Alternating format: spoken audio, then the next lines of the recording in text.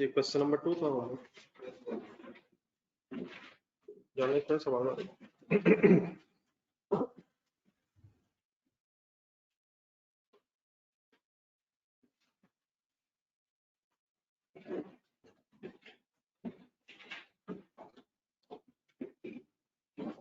ये सारे page number 172 पे क्वेश्चन नंबर 2 में तो नहीं हो गया 10 बना लिए वर्टिकल एनालिसिस कैसे?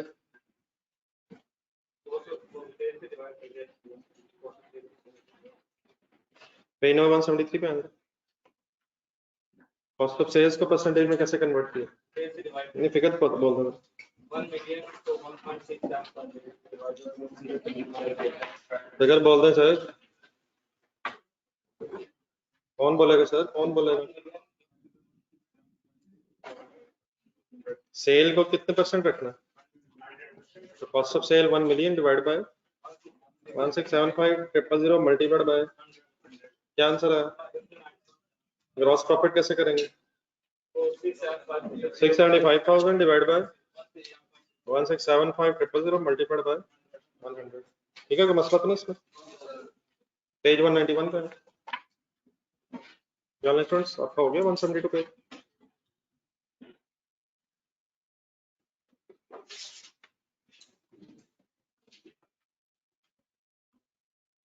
इसमें जरा ये स्टॉक टर्नओवर 5 और 6 की वर्किंग करवा देंगे। पहली चार तो हो गई ना, gross profit, operating profit, stock turnover period की वर्किंग करवाएं। कौन कौन सी कंपनी थी?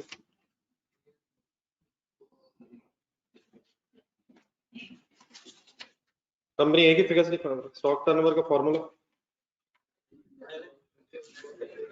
स्टॉक टर्नओवर पीरियड है, एवरेज इन्वेंट्री वाली स्टोरी है क्वेश्चन में। नीचे बेटा ओपनिंग्स दिए हुए थे, तो ए लिमिटेड ढूंढना था। डाटा अवेलेबल है, कैसे करेंगे एवरेज? 25 प्लस 85, ठीक है, divided by 2 divided by average inventory divide by, नहीं डिवाइड बाय होना क्या? Cost of sale, cost of sale कितनी दी हुई? 385 मल्टीप्लाइड बाय 100। अगर इंफॉर्मेशन हो तो हमेशा डेज में वर्किंग करनी है। कंपनी बी की फिगर्स लिखो। Opening balance 115, closing balance. Sir ji question लिखा हुआ है किसी के पास? कहाँ कहाँ नजर आ रहा है सर? ढूंढिएगा कैंडी है, क्लोजिंग स्टॉक बताइए। धुंधला महसूस हो रहा है, रजिस्टर में ढूंढ रहे हैं, ये तो खाली है सब। क्लोजिंग स्टॉक ढूंढ दें यार, डिवाइड बाय 2 क्यों हो रहा है? एवरेज क्यों हो रहा है? क्योंकि फार्मूले में एवरेज है। Divided by cost of sale. Answer बताएं क्या है यहाँ पे? ये 15.52.14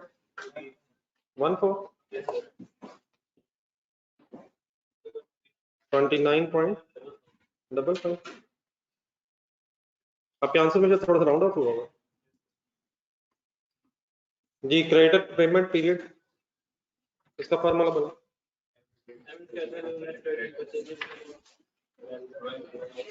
एवरेज क्रेडिटर्स की फिगर बताएं। एवरेज हो सकता है, क्रेडिटर्स का ओपनिंग बताएं।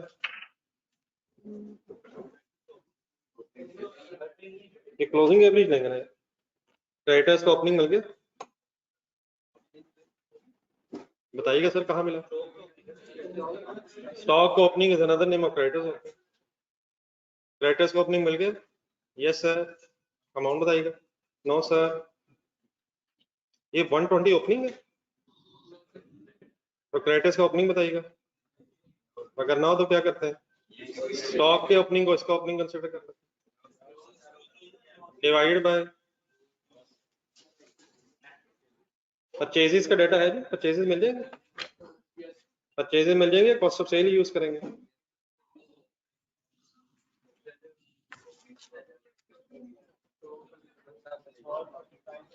स्टॉक का लेजर बन सकता है, उसकी क्या वजह है?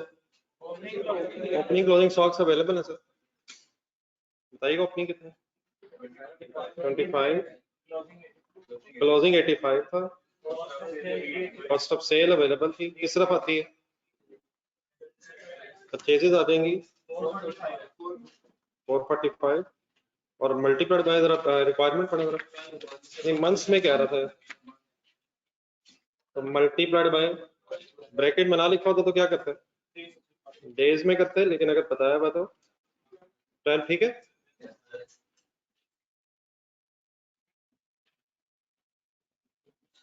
सिमिलरली कंपनी बी में परचेजेस बन जाएंगी, बताइए तो फिगर बोल दो। 115 ओपनिंग है, क्लोजिंग 55 है, कॉस्ट ऑफ सेल 105 है, परचेजेस 990। 12 से मल्टीप्लाई बटा इससे करेंगे, कोई क्वेश्चन में उसने कहा कि मंथ्स में वर्किंग करनी है, तो मंथ्स में जरा आंसर बता दो। 3.24 मंथ्स, अगर 12 से मल्टीप्लाई किया तो मंथ्स में वर्किंग हो जाएगी, और 0.85 मंथ्स, ठीक है। और इशू तो नहीं, ये ऑल इंस्टेंट्स हो गया। एक टेस्ट वाला क्वेश्चन भी फाइनल करने को कहा था,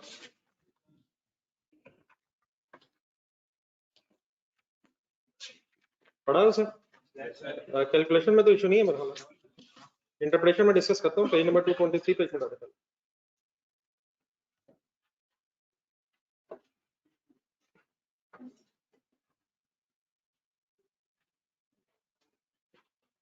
इंटरप्रिटेशन आपसे पढ़ देता हूँ मैं, जो आंसर था वो टेस्ट वाला क्वेश्चन था, पहले जरा काइंडली जरा थोड़ा पेज नंबर 223 पे पढ़ना शुरू किया था, ये कंप्लीट करेंगे।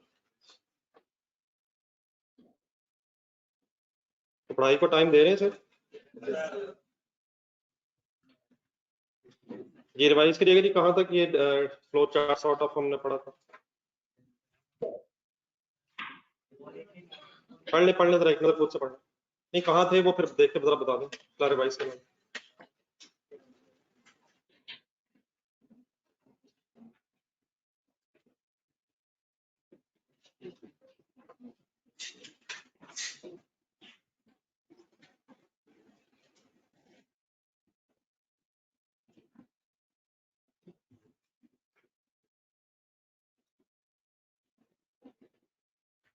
दो तरह की ग्रांट्स हैं जी, grant related to income for expenses and grant related to assets.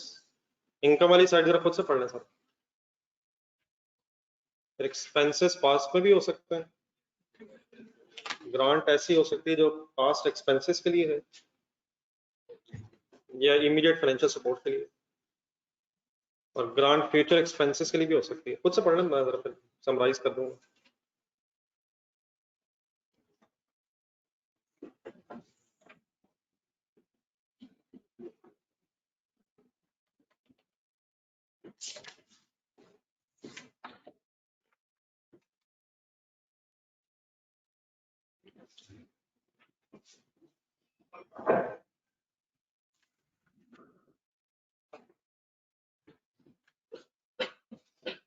अगर ग्रांट पास्ट एक्सपेंसेस या इमीडिएट फाइनेंशियल सपोर्ट के लिए है, कोई फ्यूचर कंडीशन अटैच नहीं है, तो फिर उसे इनकम बना लेंगे, जैसे ही वो रिसीव या रिसीवेबल हो, क्या एंट्री हो जाएगी, कैश और receivable debit, grant income credit होगा।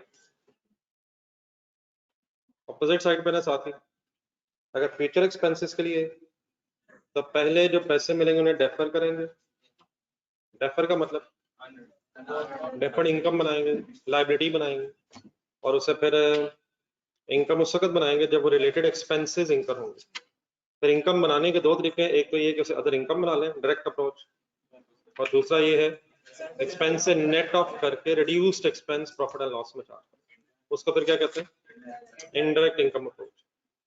अगर डायरेक्ट इनकम बनानी है तो डेफर्ड ग्रांट इनकम डेबिट और grant income credit. Deferred grant income debit का मतलब लायबिलिटी कम होकर इनकम में कन्वर्ट होता है, और अगर एक्सपेंसेस से नेट ऑफ करना है तो डेफर्ड ग्रांट इनकम डेबिट और वो रिलेटेड एक्सपेंस क्रेडिट हो जाएगा जिससे रिलेटेड वो ग्रांट मिलेगी।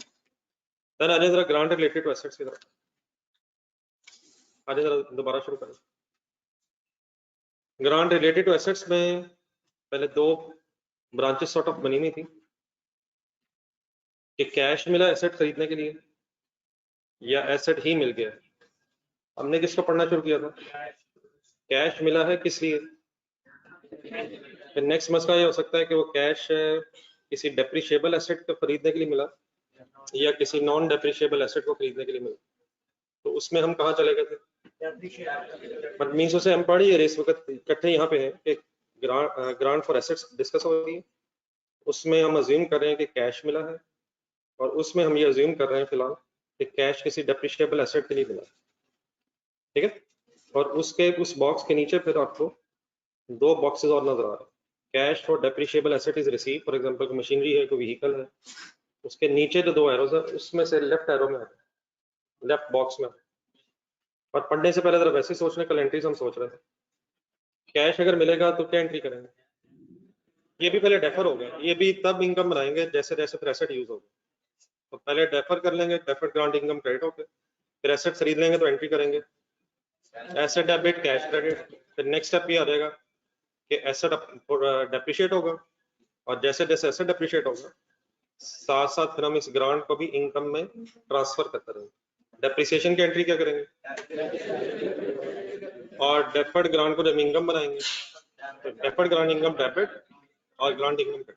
तो इसका जरा नीचे जो लेफ्ट बॉक्स है वो जरा पढ़ लो, grant is credited to deferred grant income account. बस यहाँ तक एंट्री बोलो दोबारा, ग्रांट इज क्रेडिटेड टू,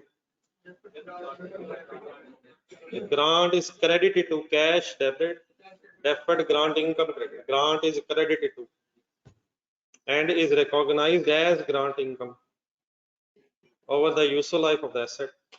अब एंट्री क्या बनी हुआ है, and is recognized as grant income, deferred grant income debit और grant income credit। एग्जांपल 4 ढूंढो,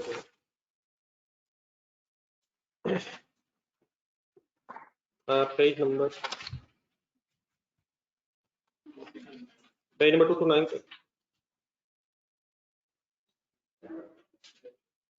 पेज नंबर 2 to 9 के एंड पे एक छोटी सी एग्जांपल, फिलहाल छोटी छोटी एग्जांपल्स हम कर रहे हैं, बाद जब पूरी हो जाएगी तो फिर कॉम्प्रिहेंसिव क्वेश्चंस आएंगे।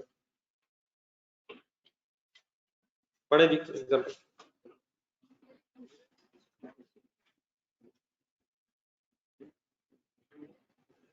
Government grants a company cash of ₹12,000 on 1st January 11 to assist in the acquisition of acquisition of a nuclear plant.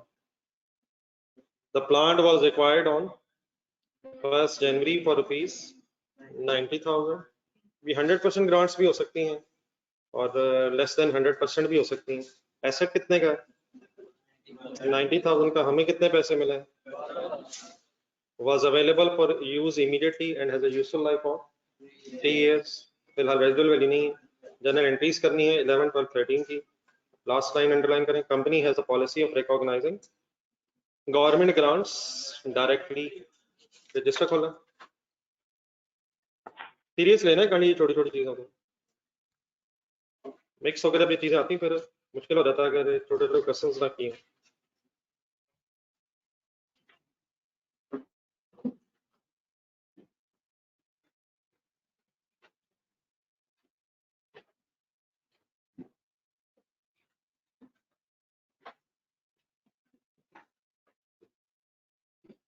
Ji sir, first date बोलो, दोबारा ट्राई करें सर, सही डेट नहीं बोली गई, कंपैरेटिवली बेहतर है, बहुत दफा कोशिश करें। 1st January 2011 डबल एंट्री जी। कैश का बैंक डेबिट, क्या ग्रांट फॉर एक्सपेंसेस है? क्या ग्रांट फॉर एक्सपेंसेस है सर? क्या ग्रांट फॉर एसेट्स है? क्या कैश मिला है? क्या कैश किसी डेप्रिशिएबल एसेट के लिए मिला है? क्या डायरेक्ट इनकम अप्रोच से करना है? यस सर, नीचे लिखा होगा अपनी लाइन, डायरेक्ट इनकम अप्रोच से होगा। आखिरी सेंटेंस अभी आपने अंडरलाइन किया, इधर भी डायरेक्ट इनकम अप्रोच है। अब किसी को पता है मैंने इतना कुछ आपसे क्यों पूछा? ताकि पहली एंट्री बता दो। कैश डेबिट इनकम क्रेडिट आ गए sir. Good. Deferred, deferred grant income कितने से? क्या मिला उसे फिलहाल क्या बना लिया? कैश मिला उसे फिलहाल लायबिलिटी क्यों बना लिया? जैसे जैसे एसेट इस्तेमाल करेंगे साथ साथ फिर इसे इनकम बनाए। नेक्स्ट डेट पर कट्टे रहे साथ साथ। सेम डेट दोबारा क्यों लिखी? एसेट खरीदा, एंट्री बोला।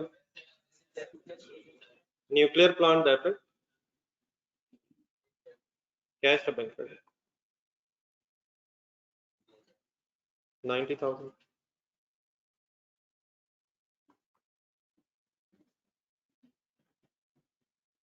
नेक्स्ट डेट, अब तरतीब बनाए गाड़ी ज़हन में है।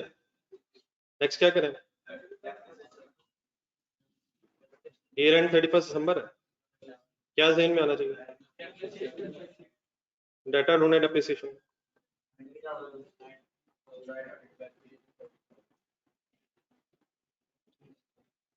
$90,000 कॉस्ट है, any residual value divided by how many months? पूरा साल ही यूज हुआ, 3 years। आंसर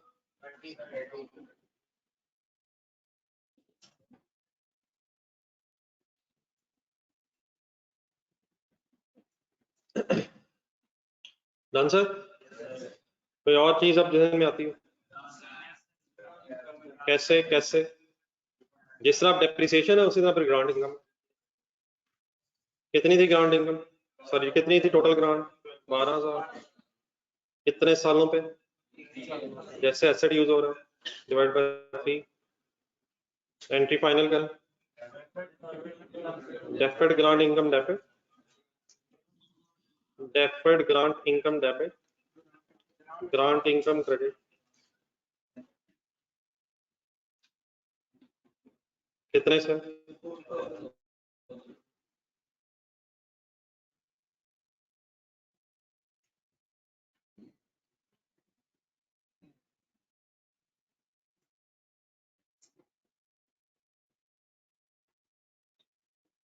यहां तक वाली एंट्री जरा गौर से देख के प्रॉफिट एंड लॉस स्टेटमेंट में बना। प्रॉफिट एंड लॉस में क्या क्या नजर आएगा? 30,000 की डेप्रिसिएशन अलग नजर आएगी और 4,000 की ग्रांट इनकम अलग नजर आएगी। ग्रांट इनकम कहाँ नजर आएगी? अदर इनकम में। प्रॉफिट एंड लॉस पे नेट, लेकिन जो एक्सपेंस का इफेक्ट आएगा, 30,000 से एक्सपेंस बढ़ रहा और 4,000 से ग्रांट इनकम बढ़ने से नेट करके 26,000 से एक्सपेंसेस बढ़ रहे। लेकिन क्योंकि डायरेक्ट इनकम अप्रोच है, एक्सपेंस अलग है और इनकम अलग है। स्टेटमेंट ऑफ फाइनेंशियल पोजीशन देखना बनाए। प्लान ढूंढे, प्लान कितने पे नजर आएगा? 90,000 माइनस 30,000, 60,000 उसकी कैरिंग अमाउंट हो जाएगी। डेफर्ड ग्रांट इनकम ढूंढे, स्टेटमेंट ऑफ फाइनेंशियल पोजीशन। कितनी डेफर हुई थी टोटल? 12,000। कितनी इनकम बन गई है? कितनी रह गई है? 8,000 कहाँ नजर आएगा?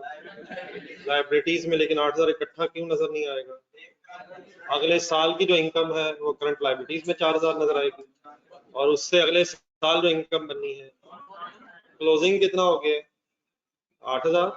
लेकिन 8,000 में से जो अगले साल इनकम बननी है वो करंट लाइबिलिटीज में और जो अगले साल बनेगी वो नॉन करंट लाइबिलिटीज में। एक साल और कंप्लीट करा दूंगा।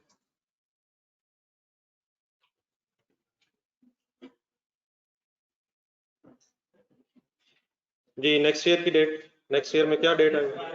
31 दिसंबर ही आएगी। 12 जी डेप्रिसिएशन चार्ज करना है।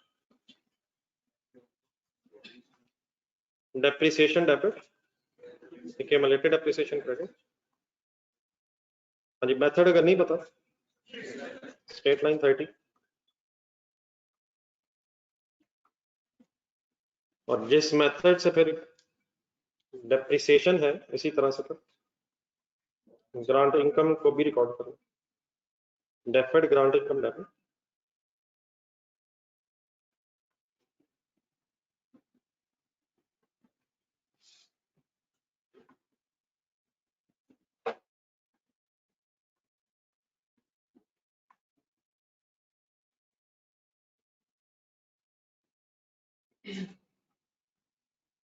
Once again profit and loss में 3000 की डेप्रिसिएशन नजर आएगी, 4000 अदर इनकम में नजर आएगा। स्टेटमेंट ऑफ फाइनेंशियल पोजीशन ध्यान में लाएं,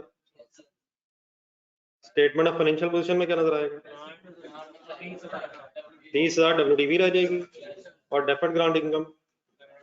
अब 4000 कहाँ नजर आएगा, सिर्फ करंट लायबिलिटीज में नजर आएगा, क्लोजिंग बैलेंस बस 4000 है। अगले साल इनकम बन जाएगा, लास्ट ईयर थर्ड ईयर।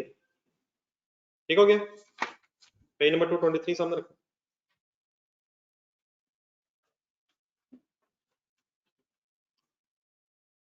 एक और साल की भी शायद रिक्वायर्ड है, लेकिन सेम एंट्रीज शायद रिपीट होंगी।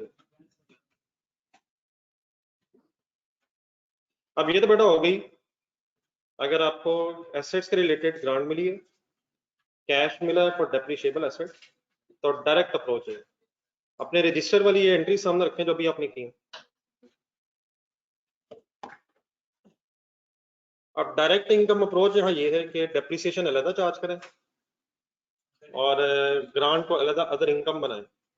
लेकिन यहाँ भी एक इनडायरेक्ट अप्रोच हो सकती है, ग्रांट फॉर एसेट्स में अगर कैश मिला है डेप्रिशिएबल एसेट के लिए, पहली एंट्री सेम रहेगी। ये रजिस्टर वाली जरा एंट्रीज देखा जरा, मैं यहीं से जरा इनडायरेक्ट अप्रोच पहले समझाता हूँ फिर वर्किंग करते हैं। पहली एंट्री सेम रहेगी, क्या, cash debit and deferred grant income credit. इसी एंट्री को अगर देखेंगे तो 12,000 फिलहाल बिफोर एनी अदर एंट्री आपको स्टेटमेंट ऑफ फाइनेंशियल पोजीशन में कहीं लायबिलिटीज में नजर आएगा। दूसरी एंट्री देखें, फिर आपने एसेट खरीदा तो एसेट डेबिट हो गया एंड कैश क्रेडिट हो गया। अब यहाँ देखें, अगर देखें तो लायबिलिटीज में 12,000 आ गया और एसेट में 90,000 एसेट आ गया। अभी जो हमने काम किया वो ये कि एसेट अलग डेप्रिशिएट हुआ और डेफर्ड ग्रांट अलग इनकम बनी। Another way can also be कि इस तरह भी सोचा जा सकता है, ये एसेट कितने का है, 90 का, लेकिन 12,000 हमें ग्रांट मिल गई, तो इन अदर वर्ड्स हमें ये एसेट पड़ा कितने का है, ये है तो 90 का, लेकिन 12,000 तो गवर्नमेंट से पैसे मिल गए, तो हमें नेट ये एसेट 78,000 का ही पड़ा।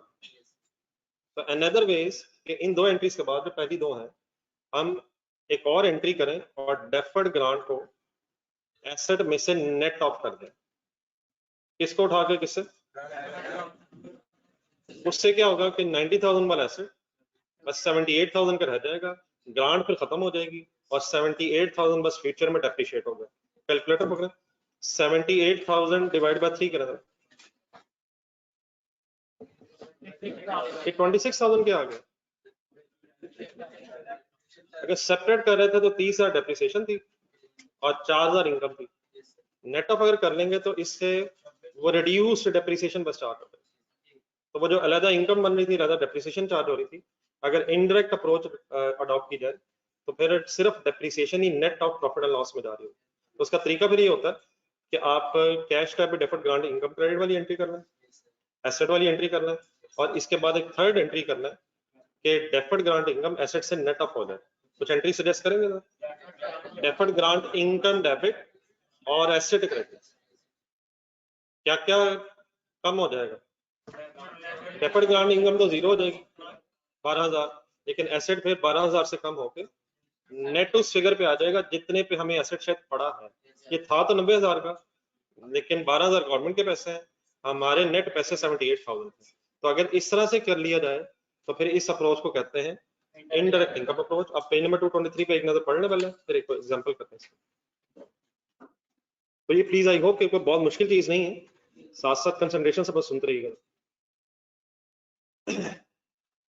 ये इस वक्त वंस अगेन अभी हम कहाँ हैं, डेप्रिशिएबल एसेट ही है, कैश मिला हुआ है, लेकिन उसके नीचे जो लेफ्ट बॉक्स आपने पढ़ा था उसके साथ ही एक राइट बॉक्स में लिखा है grant is credited to asset account to which the grant relates, that is bracket में indirectly recognized as income over the period of the grant by way of underline reduced depreciation. 30,000 की बजाय 30,000 और 4,000 income की बजाय बस 26,000 reduce depreciation ही charge हो। कुछ understand कर लिया?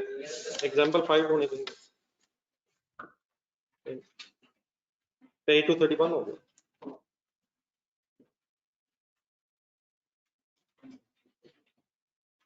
जी ऑनलाइन स्टूडेंट साथ है?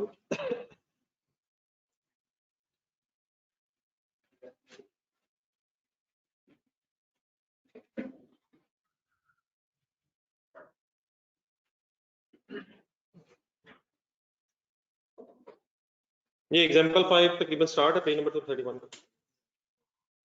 The government grants a company cash of ₹12,000 on 1st January 2011 to assist in the acquisition of nuclear plant. Data उसी तरह से ही है। The nuclear plant was acquired on 1st January 11 for ₹90,000. Available for use immediately. ये available for use से ही depreciation start होती है and has a useful life of 3 years. Ji no residual value requirement journal entries 11, 12, 13 उससे आखिरी sentence underline करना। The company has a policy of recognizing government grants indirectly as income, that is reduction of the cost of asset. अब इस तरह की चीजें फिर हमने क्वेश्चन में से ढूंढा करनी है कि पॉलिसी डायरेक्ट इनकम अप्रोच की है या इनडायरेक्ट इनकम अप्रोच की है। तो दोनों वेज एक्सेप्टेबल होते हैं। जो क्वेश्चन में एग्जामिनर में कहेगा उसके मुताबिक फिर काम करेंगे। तो जैसे कॉलेज की वर्किंग शुरू करें।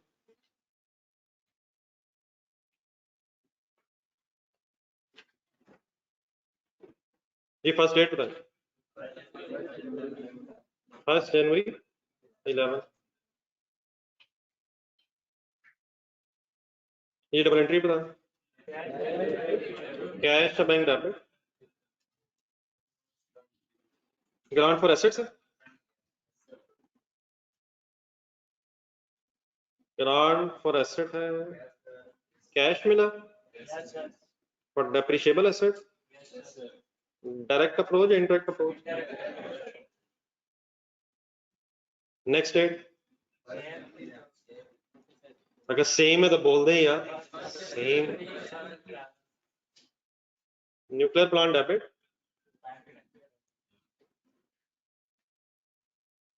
कैश और बैंक क्रेडिट।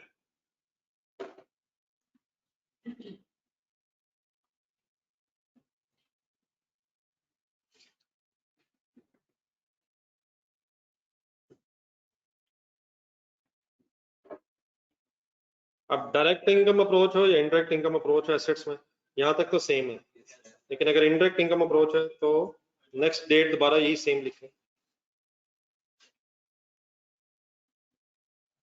राइट एंट्री भी जहन में आनी चाहिए।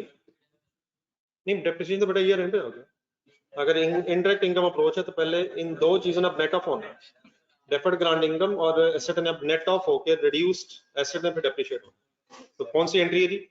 Deferred grant income debit, deferred grant income debit कितने से जितने से होगी 12,000 और न्यूक्लियर प्लांट क्रेडिट 90,000। 12,000 के केस बेटा 12,000 ही नेट हो सकता है। कितने से एंट्री होनी है? जितने से एसेट है या जितने से ग्रांट है? ग्रांट ने एसेट से नेट होना है यार। इस एंट्री से डेफर्ड ग्रांट इनकम का बैलेंस आपकी बुक से खत्म हो जाएगा, नहीं खत्म हो जाएगा ये। और एसेट कितने की बजाय कितने पे आ जाएगा? 90 की बजाय 78,000 पे आ जाएगा, 12,000 से कम हो। नेक्स्ट डेट बोलो।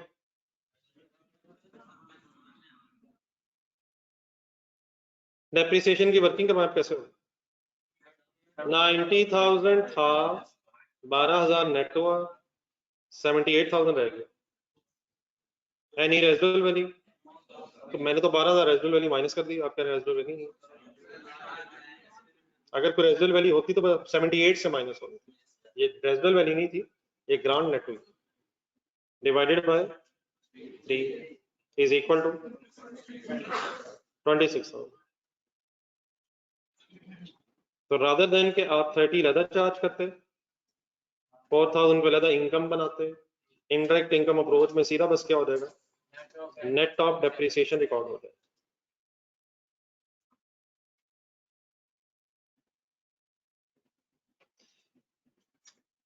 नेक्स्ट डेट बताएं,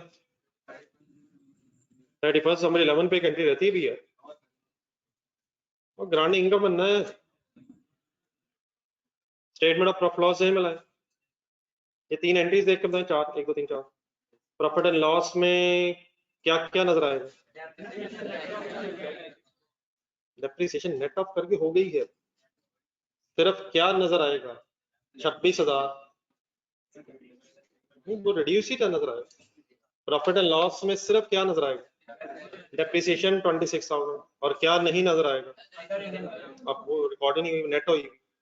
स्टेटमेंट ऑफ फाइनेंशियल पोजीशंस में बनाए, एसेट ढूंढने, एसेट कितने पे नजर आएगा, कैलकुलेटर 90 पे नजर आएगा, इनिशियली 78 पे तो आ गया था, -26,000, 52,000 पे नजर आएगा, ठीक है। डेफर्ड ग्रांट इनकम को ढूंढने, स्टेटमेंट ऑफ फाइनेंशियल पोजीशन, वो कितने में नजर आएगी, वो कितने में नजर आएगी, स्टेटमेंट ऑफ फाइनेंशियल पोजीशन में ना डेफर्ड ग्रांट इनकम नजर आएगी और प्रॉफिट एंड लॉस में ना ही ग्रांट इनकम नजर आएगी। प्रॉफिट एंड लॉस में सिर्फ क्या नजर आएगा, 26,000 की डेप्रिसिएशन, और प्लांट एसेट्स में नजर आएगा 78,000 माइनस 26,000, 12,000 से नेट होकर 78,000 और minus accumulated depreciation of 26,000 is equal to 52,000। तो क्या क्या नहीं होगा, कहाँ, अदर इनकम में ग्रांट इनकम नहीं होगी, और स्टेटमेंट ऑफ फाइनेंशियल पोजीशन में डेफर्ड ग्रांट इनकम वो गई किधर है, कहाँ नेट हो गई है, क्लियर हो गया। नेक्स्ट ईयर में आ जाए, एक काम और करा था, अगला साल और करा था, अगला साल क्या होगा, 31 दिसंबर 11 या 12 क्या होगा, depreciation debit accumulated depreciation credit, और फिगर्स रिपीट हो जाएंगे straight line method.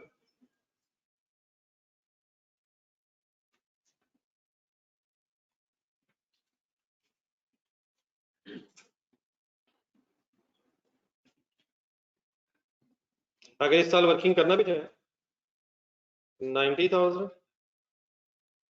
Minus 12,000, same working repeat हो जाएगी। रिमेनिंग लाइफ तो 2 साल नहीं रह गई, रिवैल्यूएशन और चेंज इन एस्टिमेट भी होता है। तो 2012 के प्रॉफिट एंड लॉस स्टेटमेंट में सिर्फ डेप्रिसिएशन ही नजर आएगी, वंस अगेन 26,000, और एसेट में से 52,000 माइनस 26,000 और होके डब्ल्यूडीवी आ जाएगी, ठीक है। तो there are 2 ways to record the story, direct approach भी है और इनडायरेक्ट अप्रोच भी है। डायरेक्ट अप्रोच है डेप्रिसिएशन अलग और ग्रांट इनकम अलग, और इनडायरेक्ट अप्रोच क्या है, ग्रांट को एसेट में से नेट कर लें और बस डेप्रिसिएशन ही चार्ज करते हैं। वापस आ जाए पेज नंबर 223।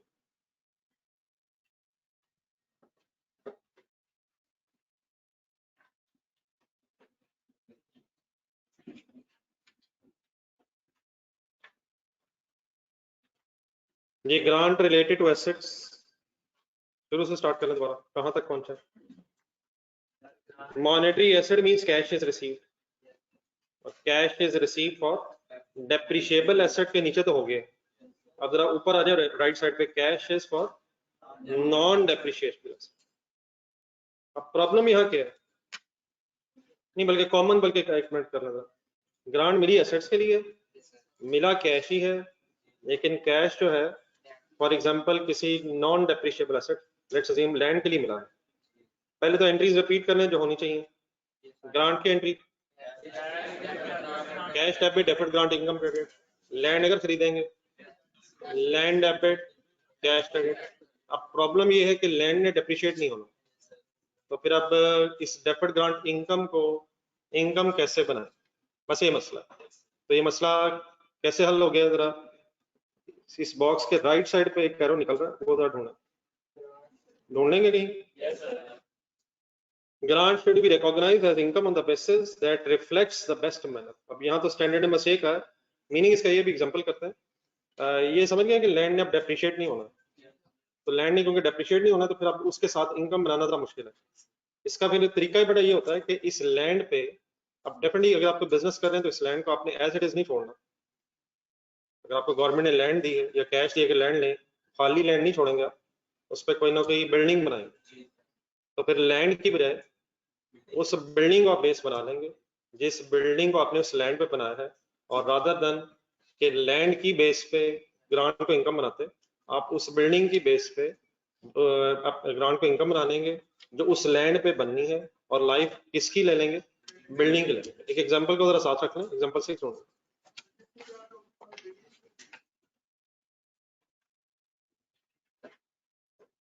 एग्जांपल से सुनिए, पेज नंबर 232।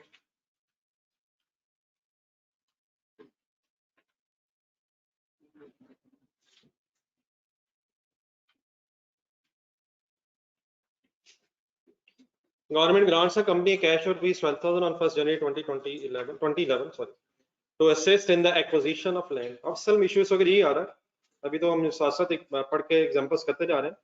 मेरे क्वेश्चन दोबारा सुने, क्या ये ग्रांट फॉर एसेट है? क्या कैश इज रिसीव्ड? क्या cash is receive for non depreciable asset? तो वो स्टोरी खत्म हो गई, अभी थोड़ी देर पहले पढ़ी है। अब नॉन डेप्रिशिएबल एसेट के अंदर सोचना। तो नेक्स्ट लाइन पढ़ो। A condition for the grant is that the company builds a. The land was acquired on 1st January 11 for rupees 90,000. Land is not depreciated. The factory was completed on 31st March 2011. Total cost of 3 lakh was paid in cash on this date. 3 lakh की सोच की entry बोला, building debit cash credit, building बनाई है आपने, इस land was available for use immediately and has a useful life of 3 years and the factory has a nil residual value. Factory की जो बिल्डिंग है उसकी रेजिडुअल वैल्यू नहीं है।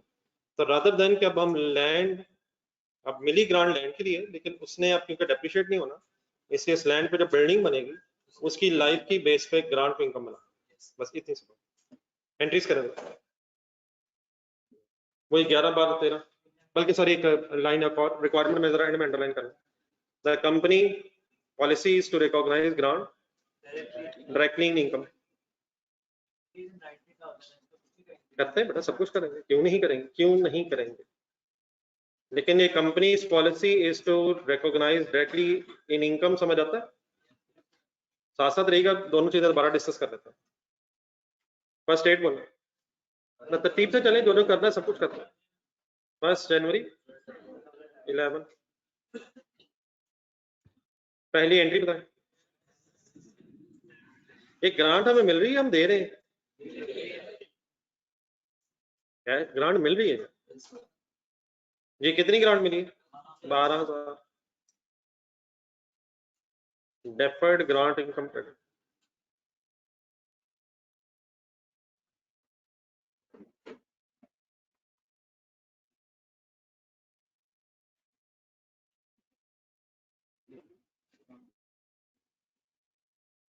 कैश और bank debit, deferred grant income credit. Next date सोच के दिक्कत है, सेम डेट पे लैंड खरीदी है, लैंड रिकॉर्ड तो करनी है, क्या लैंड एसेट नहीं है? बोले एंट्री, लैंड की डेट क्या है, और लैंड डेबिट कैश और बैंक क्रेडिट। कितनी गई लैंड? 90,000।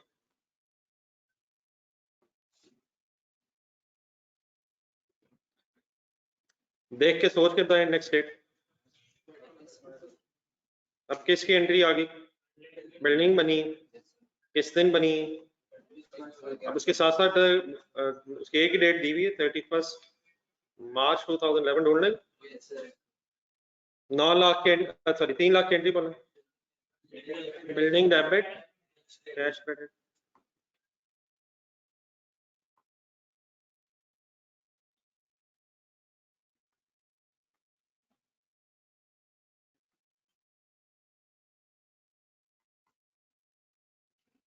इकट्ठे हैं तक।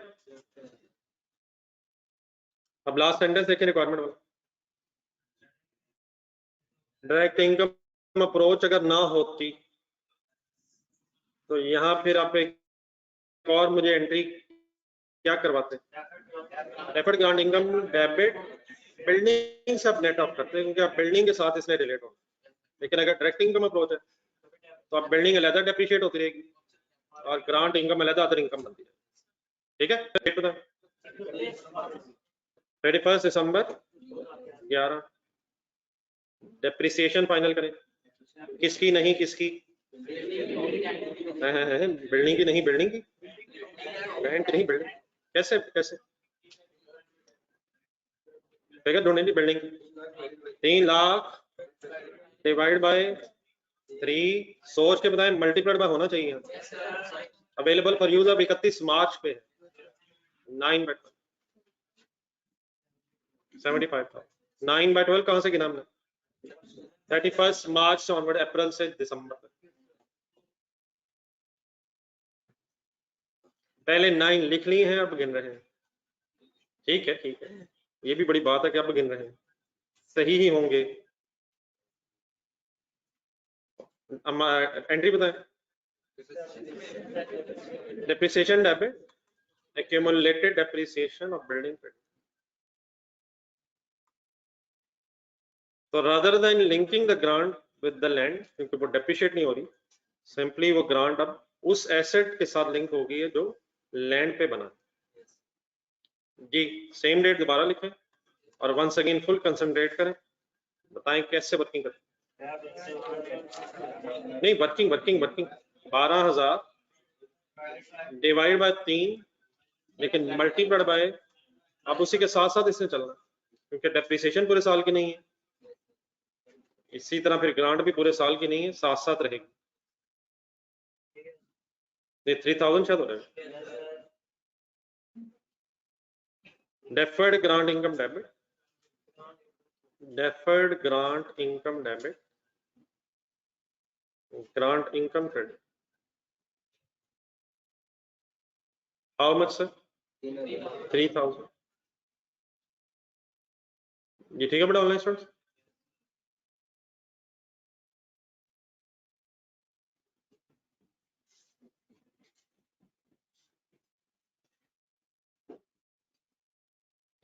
जी अब ये जो एंट्रीज नहीं है साल की तरह, इनकी बेस पे अपने जहन में पहले स्टेटमेंट ऑफ प्रॉफिट लॉस देखें, जरा ट्राई करें। 5 एंट्रीज हो गई, 2 3 4 5। प्रॉफिट एंड लॉस में क्या क्या नजर आएगा? डेप्रिसिएशन 75,000 अलग नजर आएगी और ग्रांट इनकम 3,000 अदर इनकम अलग नजर आएगी। डायरेक्ट इनकम अप्रोच हो रही है। स्टेटमेंट ऑफ फाइनेंशियल पोजीशन आराम आराम से जहन बनाए। सबसे पहले सेकंड एंट्री में लैंड ढूंढे, लैंड 90 पे एज इट इज नजर आए। बिल्डिंग ढूंढे, 3 लाख माइनस 75,000, 2,25,000 कैरिंग अमाउंट नजर आए। डेफर्ड ग्रांट इनकम ढूंढे, 12,000 माइनस 3,000, 9,000 नजर तो आएगा, लेकिन करंट में या नॉन करंट में? कंसंट्रेट करें कंसंट्रेट करें कंसंट्रेट करें। 12,000 माइनस 3,000, 9,000 तो आ गया। अब 9,000 में से अगले साल इनकम कितनी बननी है? 9 गलत हो गया। लास्ट एंट्री देखें, क्या अगले साल भी 9 मंथ्स की ट्रांसफर करेंगे? अगले साल 12,000 डिवाइड बाय 3 करके 4,000 ट्रांसफर होगा, तो 9 मंथ्स इस साल बना है, तो अगले साल 4,000 ने इनकम बनना है, तो बाकी फिर बचेगा 5,000, वो नॉन करंट में नजर आएगा। 5,000 ने कब इनकम बनना है? उसमें से अगले साल 4,000 ने, और 1,000 तो बच जाएगा फ्री है, वो फिर 3 महीने भी रहते होंगे। 9 महीने इस साल, अगले साल पूरे 12 महीने, उससे अगले साल भी पूरे 12 महीने, लेकिन यहाँ तक 2 साल और 9 महीने बनेंगे। एक फोर्थ अकाउंटिंग ईयर आएगा जिसके पहले 3 महीने भी रेलिवेंट होंगे। इस बिल्डिंग की डेप्रिसिएशन है, सॉरी इस बिल्डिंग की लाइफ है 3 साल। कब से शुरू हुई है? 31 मार्च 2011। जरा गिन के बताएं कब तक, कब खत्म होगी?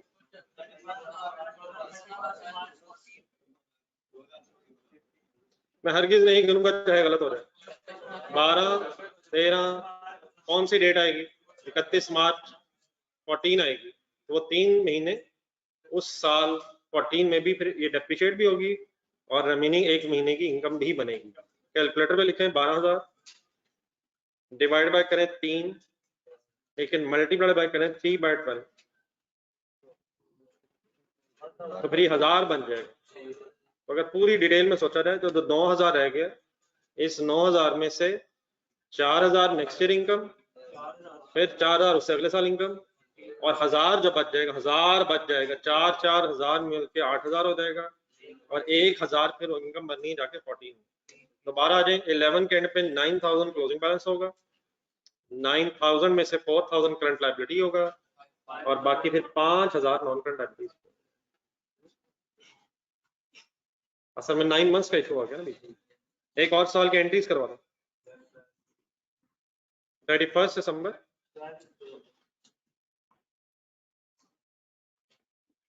2012।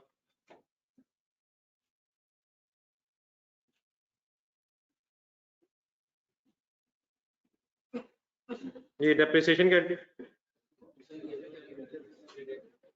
Depreciation debit and accumulated depreciation credit. कैसे? 3 lakh divide by 3 multiplied by, अब पूरा साल ही है 12 months, 1 lakh.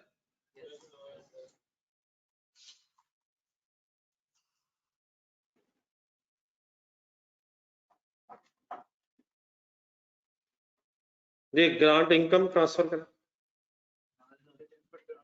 Deferred grant income debit, grant income credit.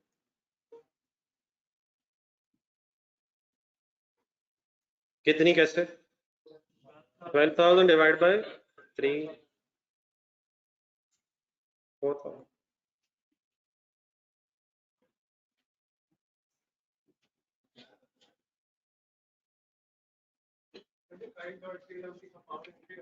जी जी जी कंपाउंड हो सकती है, लेकिन मेरे रहने दें, तो अलग इवेंट्स है, अलग अलग कर लें, बाकी डेफिनेटली इकट्ठा करने में कोई हर्ज तो नहीं।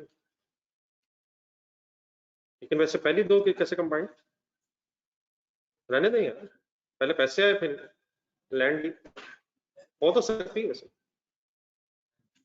नहीं कोई इशू तो नहीं ना इसमें। अलग में जी, तो पेज नंबर 223 कहाँ तक पहुंच गए हैं सर? नहीं सर, मॉनेटरी सारा हो गया तो क्या हुआ उसमें, ये तो पता ही नहीं चला क्या सारा हो गया, जरा देख के बताएं। मॉनेटरी क्या होता है? कैश ग्रांट के तौर पे किस किस के अगेंस्ट मिल सकता है? अगर कैश डेप्रिशिएबल एसेट के लिए मिले तो फिर उसका क्या करेंगे? पढ़ के बताएंगे तो पता चल जाएगा, अभी कौन सा याद होगा। फिर दो काम किए जा सकते हैं, नंबर 1, या तो उस ग्रांट को डेफर्ड इनकम के तौर पे अलग रख लें और फिर एसेट डेप्रिशिएट करने के साथ साथ ग्रांट को इनकम बनाएं, एंड अदरवाइज कि उस ग्रांट को एसेट में से नेट ऑफ करके डेप्रिसिएशन ही कम चार्ज करें। दूसरा ये पढ़ा भी हमने कि अगर ग्रांट मिली है किसी नॉन डेप्रिशिएबल एसेट के लिए तो फिर उसने इटसेल्फ तो डेप्रिशिएट नहीं होना, लेकिन उस एसेट पे जो एसेट बनाना है आपने उसको बेस बना। चले आइए वापस फर्स्ट हेडिंग है, लेकिन राइट साइड पे फर्स्ट हेडिंग, सॉरी इसकी क्रिकेट ग्राउंड पे डेप्रिसिएशन, और अगर लाइफ चाहिए तो हो जाएगी। क्रिकेट ग्राउंड तो इटसेल्फ शायद लैंड है, लेकिन उसके ऊपर स्ट्रक्चर तो बने हुए, उसके ऊपर स्टेडियम्स वगैरह बने हुए, उनकी तो लाइफ होगी। ये राइट साइड पे ऊपर वंस अगेन हेडिंग है हमारी ग्रांट रिलेटेड टू एसेट्स। अब उसके साथ राइट पैराग्राफ में, राइट बॉक्स में immediately after first heading, non monetary asset that is actually asset he government ने दे दिया, और ये एसेट कौन कौन सा हो सकता है? डेप्रिशिएबल भी हो सकता है, नॉन डेप्रिशिएबल भी। क्या फर्क है लेफ्ट बॉक्स में और इसमें?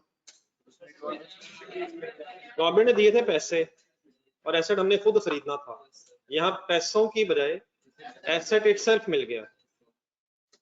एंट्री बताएंगे तो मेरी तरफ देखिए, एसेट मिल गया, एसेट डेबिट ग्रांट सीधी इनकम, डेफर करेंगे फिर जैसे जैसे एसेट यूज करेंगे, अगर डेप्रिशिएबल है तो साथ साथ उसे इनकम बनाएंगे। लेकिन प्रॉब्लम ये रहेगा कि एसेट समझ आता है, एसेट डेबिट और फ्री मिला है ग्रांट, डेफर्ड ग्रांट, कितने से करें? अब एसेट कितने का है, अब इसकी को मार्केट वैल्यूज ढूंढनी पड़ेगी।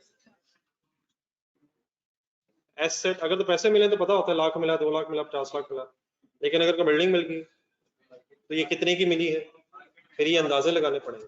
अब इसके बिल्कुल राइट साइड पे, इस बॉक्स के राइट साइड पे एक एरो निकल रहा है, वो एरो काफी दूर जा रहा है, मैं साथ साथ रहना जरा, ढूंढने जरा ये लाइन कहाँ जा रही है। ये जाते जाते जाते दोबारा वापस दरमियान से इधर आ गई लेफ्ट साइड, किधर से निकली, कहाँ पहुंच गई।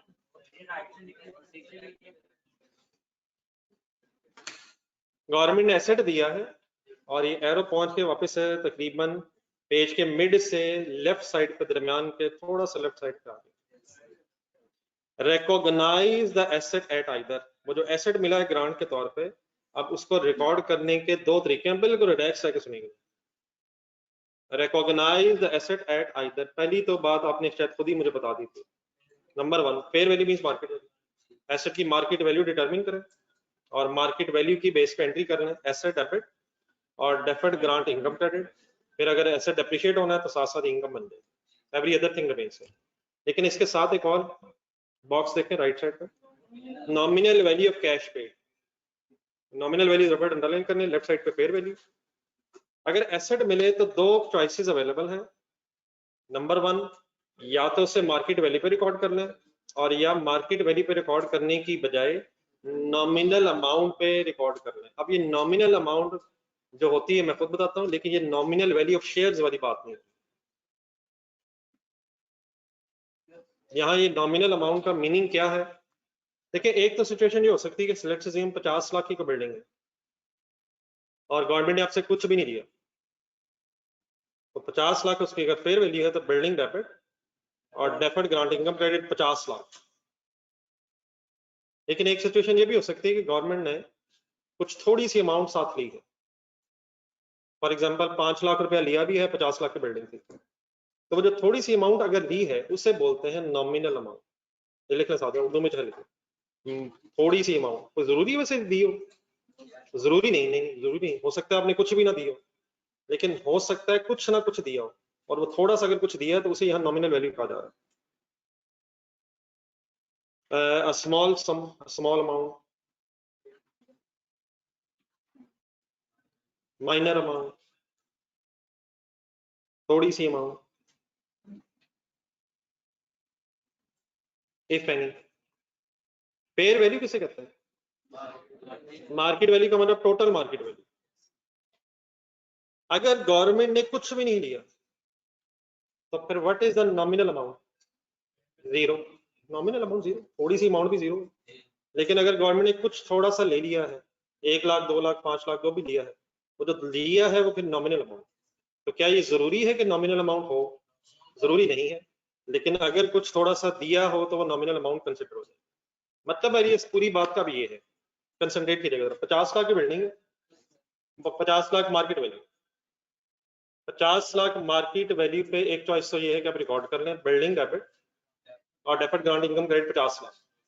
लेट्स अज्यूम आपने इसके अगेंस्ट कुछ नहीं दिया, तो एक चॉइस और ये भी है कि आप इसे रिकॉर्ड ही ना करें, कुछ भी नहीं दिया मींस नॉमिनल वैल्यू अब 0 है, तो फिर ना ऐसे डेबिट करें और ना ग्रांट इनकम क्रेडिट करें। क्यों? क्योंकि आपको एसेट मिला है और इससे उसके अगेंस्ट आपने कुछ पे नहीं किया। यकीनन ज्यादा बेहतर क्या है, शेयर होल्डर बने कि रिकॉर्ड कर लिया जाए किस वैल्यू पे, मार्केट वैल्यू पे, ताकि एसेट भी नजर आए, ग्रांट भी नजर आए। लेकिन अगर कंपनी चाहे तो दूसरी पॉलिसी भी बना सकती है नॉमिनल वैल्यू पे रिकॉर्ड करने वाली। उस केस में अगर कुछ भी नहीं दिया तो फिर आपकी एंट्री बनेगी नहीं। तो चॉइस अवेलेबल है कौन कौन सी, फेयर वैल्यू पे भी रिकॉर्ड कर सकते हैं, नॉमिनल वैल्यू पे भी रिकॉर्ड कर सकते हैं। यकीनन ज्यादा बेहतर क्या है, फेयर वैल्यू पे रिकॉर्ड कर लिया जाए, लेकिन कौन सी भी ऑप्शन अवेलेबल है। तो अगर आपने कुछ नहीं दिया फिर तो ये एसेट रिकॉर्ड ही नहीं होगा। लेकिन अगर 50 लाख का एसेट था और आपने 5 लाख दिया है और फेयर वैल्यू पे अगर आप रिकॉर्डिंग कर रहे हैं तो एंट्री गौर से सुनेगा। कितने का एसेट था, 50 लाख मार्केट वैल्यू का था, 5 लाख सपोज हमने दिया है और आप फेयर वैल्यू पे एसेट रिकॉर्ड करने लगे, तो आप एंट्री करेंगे asset debit 50 lakh, cash credit 5 lakh और 45 लाख फिर ग्रांट है, डेफर्ड ग्रांट इनकम 45 लाख। इसी सिचुएशन में अगर आप फेयर वैल्यू पे रिकॉर्ड करने के बजाय नॉमिनल वैल्यू पे रिकॉर्ड करना चाहते हैं तो देन आप फिर एंट्री करेंगे बिल्डिंग डेबिट 5 लाख और cash credit 5 lakh. Definitely once again I repeat, क्या ज्यादा बेहतर है, लेकिन कौन सी ऑप्शन भी अवेलेबल है? नॉमिनल अमाउंट किसे कहते हैं? लेकिन अगर थोड़ी सी अमाउंट कुछ भी नहीं दी है और आपने नॉमिनल अमाउंट को चूज कर लिया है तो फिर आपकी एंट्री बनेगी नहीं। हम कोई भी अगर एंट्री करेंगे तो साथ अमाउंट भी होनी चाहिए। तो यकीनन दो चॉइसेस अवेलेबल है according to IAS 20, fair value भी है, नॉमिनल वैल्यू भी है। अगर कंपनी चूज कर ले कि हमने नॉमिनल वैल्यू पे जाना है तो अलाउड है। उस केस में फिर जितने थोड़े से पैसे दिए होंगे उस पे आपका एसेट रिकॉर्ड हो जाएगा, और अगर कुछ भी नहीं दिया तो फिर एसेट रिकॉर्ड ही नहीं हो सकेगा। लेफ्ट साइड में वापस आए, अगर फेयर वैल्यू पे आप रिकॉर्ड कर रहे हैं और कुछ ना कुछ दिया भी है तो फिर जो दिया है वो ग्रांट नहीं है, जब बैलेंसिंग फिगर बच गई है सिर्फ वो ग्रांट है। 50 लाख में से अगर 5 लाख दिया है तो एंट्री फिर क्या बनी? एंट्री क्या बनी? Asset debit 50 lakh, cash credit 5 lakh, फिर 45 लाख ग्रांट के तौर पर एसेट मिला। ठीक है, फिर बैलेंसिंग फिगर आ जाएगी। लेकिन इस केस में अगर आप नॉमिनल वैल्यू की तरफ जाएंगे, नॉमिनल अमाउंट की तरफ जाएंगे, तो फिर एसेट बस 5 लाख पे रिकॉर्ड होगा, जो डेफिनेटली पूरी रिफ्लेक्शन नहीं होगी। लेकिन बहरहाल जहन में ये रखना है कि चॉइस अवेलेबल है, या क्या किया जा सकता है या क्या किया जा सकता है। और ऑब्वियसली इसमें अगर आपने चूज करना हो तो ज्यादा बेहतर क्या है, लेकिन अगर एग्जामिनर बता दे कि company has policy of recording the asset eight nominal amount, तो फिर अगर थोड़ी सी अमाउंट दी होगी तो हम उसकी बेस पे एंट्री करेंगे, और अगर कुछ भी नहीं दिया तो एसेट फिर हमारी बुक्स में नजर नहीं आएगा। हाँ, एक एग्जाम्पल की बेस पर बात पूरी करो भी, डेफिनेटली जितने पैसे रिकॉर्ड हुआ होगा उतने पे डेप्रिशिएट होगा।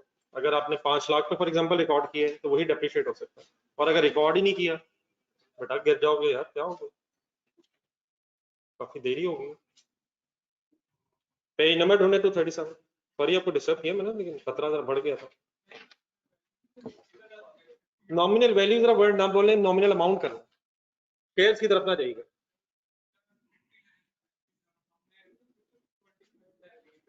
ठीक है, थोड़ा ही कंसिडर होगा यार, 50 लाख में 25 लाख थोड़ा ही है, सच जाने दे, थोड़ा ही है। 50 लाख का एसेट 25 लाख, उसके मुकाबले में तो थोड़ा ही है सर, उसके मुकाबले में थोड़ा ही है। अगर 49 लाख भी दिया तो उसके मुकाबले में थोड़ा ही है, जितना दिया होगा उतना रिकॉर्ड कर लेंगे। जी वो कर लेते हैं। पेज नंबर 234, पेज नंबर 234 एक एग्जांपल देख लो, उसके बाद फिर मेरा ख्याल एंट्रीज एक हाथ करना।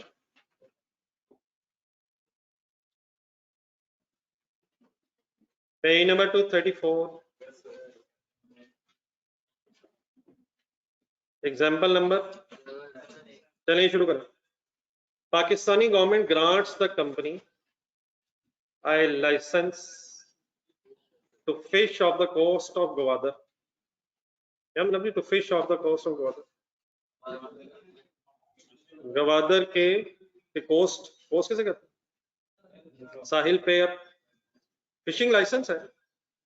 डेफिनेटली ये नहीं कि वो जो ये डाल के मछली एक निकालनी, ये वाला लाइसेंस नहीं है, वो तो कहीं से भी आप डाल, वो जो बड़े बड़े अगर आपने देखे हो ट्राला होते हैं वो भी, तो जो कमर्शियली जो फिशिंग करते हैं फिर उन्हें फिश बेचनी, तो इसके भी गवर्नमेंट लाइसेंस देती है। आप अपनी चॉइस से नहीं, बगैर लाइसेंस लिए आप फिशिंग भी नहीं कर सकते समुद्रों से। तो गवर्नमेंट ने क्या दिया? लाइसेंस दिए, लाइसेंस दिए, लाइसेंस एसेट है। सोचा सोचा, लाइसेंस एसेट है। अगली लाइन करना पड़ता, the fair value of the license 50,000 and the company is required to pay a nominal amount of 1,000 for the license। मेरे वर्ड सुने जरा गौर से, क्या ग्रांट फॉर एसेट्स है? क्या एसेट इज रिसीव्ड है? एसेट इटसेल्फ इज रिसीव्ड है। क्या कैश मिला और एसेट ले लो? लाइसेंस ही मिल गया है, एसेट ही मिल गया। अब इसको या कैसे रिकॉर्ड किया जा सकता है, या फेयर वैल्यू पे रिकॉर्ड करें और या नॉमिनल अमाउंट पे रिकॉर्ड करें। रिक्वायरमेंट पड़े, show the journal entries assuming number 1, दोनों चॉइसेस में करेंगे। Company chooses to measure the license at its fair value and the company chooses to measure the license at its, अगर फेयर वैल्यू चूज करेंगे तो बताएं जी एंट्री क्या करेंगे, लिखें साथ ही चाहे लिख लें, एक सिंपल एंट्री कर लें, बाद में फिर एक्सप्लेन करेंगे। एंट्री बोले आराम से, fishing license, license debit, fishing license debit कितने से जी? 50,000। कैश क्रेडिट, कैश हुआ है क्रेडिट, 1000 दिए रिक्वायर्ड टू पे, कैश या पेबल कर, कैश कितना क्रेडिट? कैश क्रेडिट 1000 और 49,000 का क्या करें? अब ये 49,000 रुपीज फिर ग्रांट कंसिडर होगी।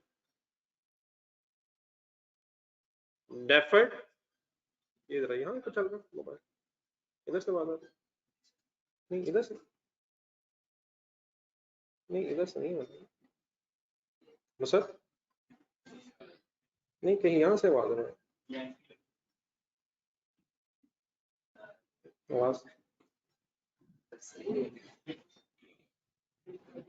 ये एंट्री पूरी करने में देखा डेफर्ड ग्रांट इनकम 49, समझ आ गई? अब ये लाइसेंस का क्या होगा? नहीं लाइसेंस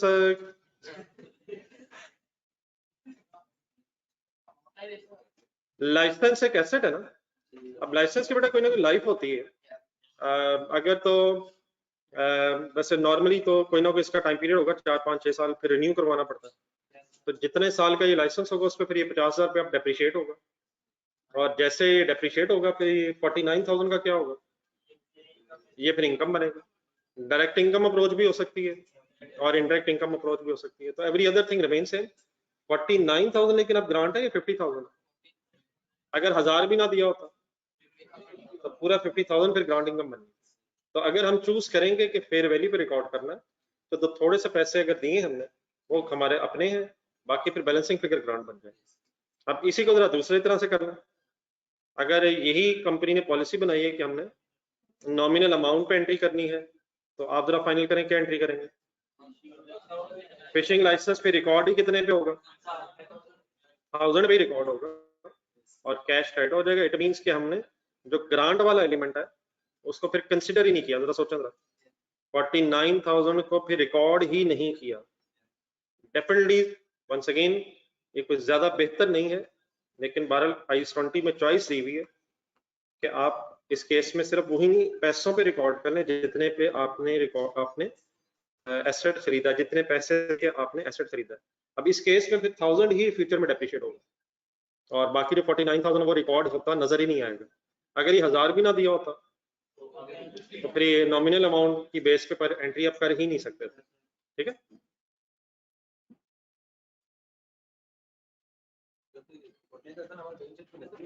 जी आप 49,000 अगर आपने 1000 वाली एंट्री की है तो 49,000 फिर आपकी स्टेटमेंट ऑफ फाइनेंशियल पोजीशन में कहीं भी नजर नहीं आएगी।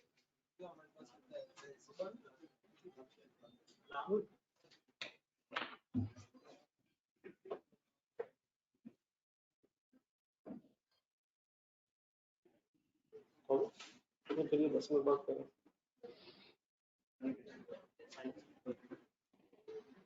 ऑफ कर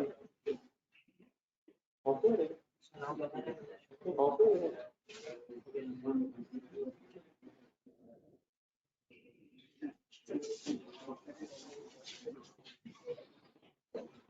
जी ठीक है जी ऑनलाइन स्टूडेंट्स, नहीं बात तो समझ आ गई, प्लीज आए वापस पेज नंबर 223। तो क्या फाइनल हुआ जी काइंडली पर वापस देखें पेज नंबर 223 के स्टार्ट पे राइट साइड पे एसेट्स का फिर अब क्या फाइनल हुआ, एक स्टोरी अपने ज़हन में फाइनल करेंगे। ग्रांट फॉर एसेट्स जो है वो दो तरह हो सकती है, नहीं ग्रांट फॉर एसेट्स के ऊपर पूरी बात कर रहा हूं, या कैश मिला हो या एसेट मिला हो। अगर कैश मिला तो फिर वो डेप्रिशिएबल या नॉन डेप्रिशिएबल एसेट के लिए हो सकता है, तो वो बात हुई। और अगर एसेट मिला है तो फिर एसेट को आप किस अमाउंट या किस अमाउंट पे रिकॉर्ड कर रहे हैं। एक नजर रिवाइज करें आप दोनों तरफ जरा, income grant for expenses and grant for income, फिर थोड़ा सा रह गया जरा उसे भी कंप्लीट कर लेते हैं टाइम में।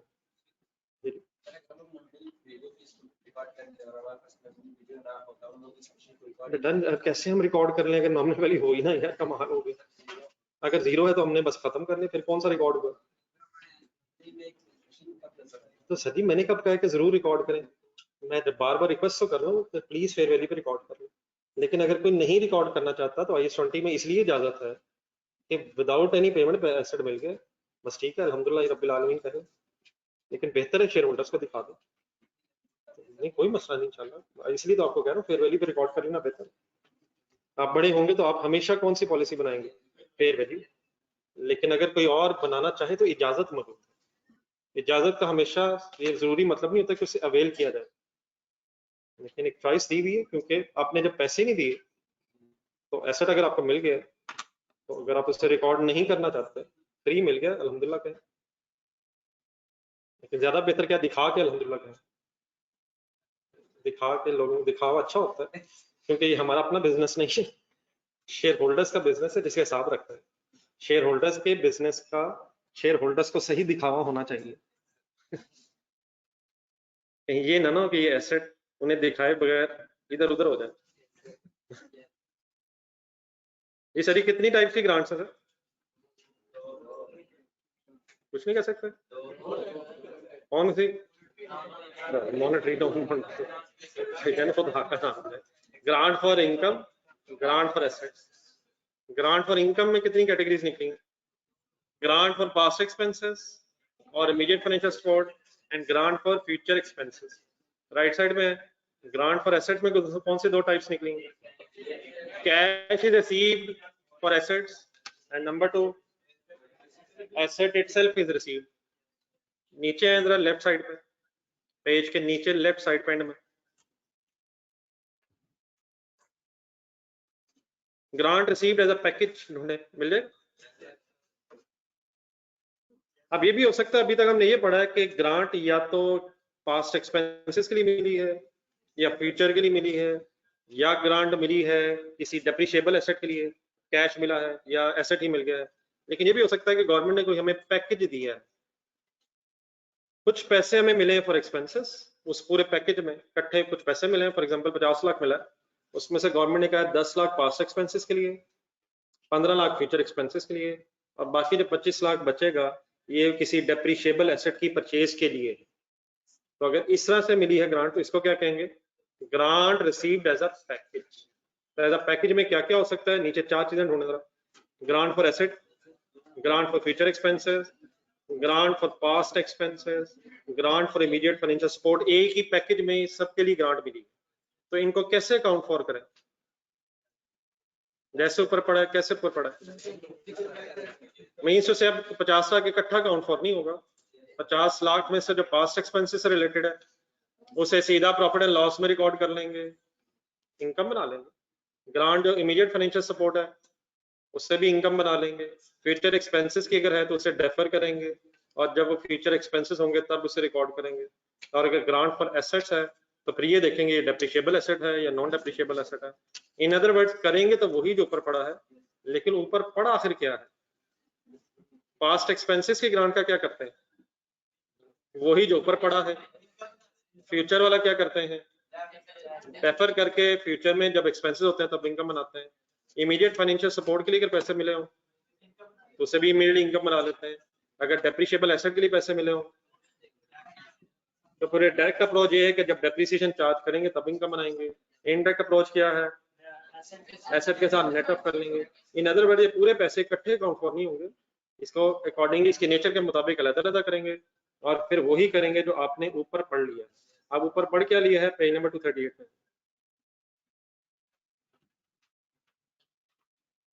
सॉरी पेज नंबर 238 में, पेज नंबर 230 एग्जांपल 8 होंगे, पेज नंबर 234 के एंड पे।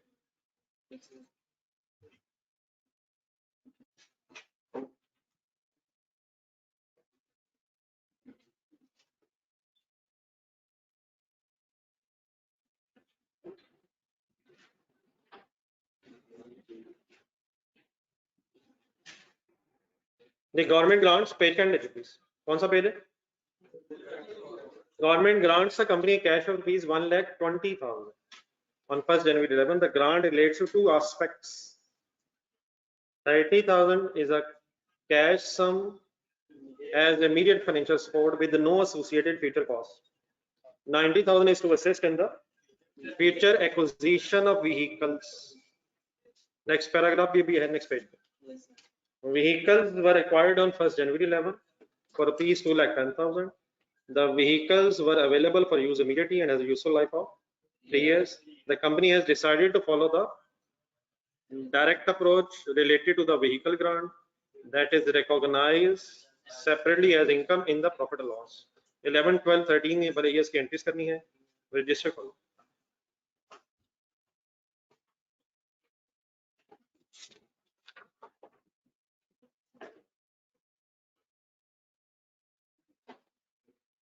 जी ढूंढ के पहली डेट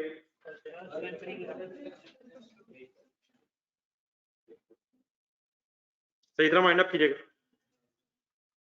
1 जनवरी 11 डबल एंट्री बता. कैश और बैंक डेबिट कितने से? 1,20,000 मिला है. अब इस 120 में क्या क्या है?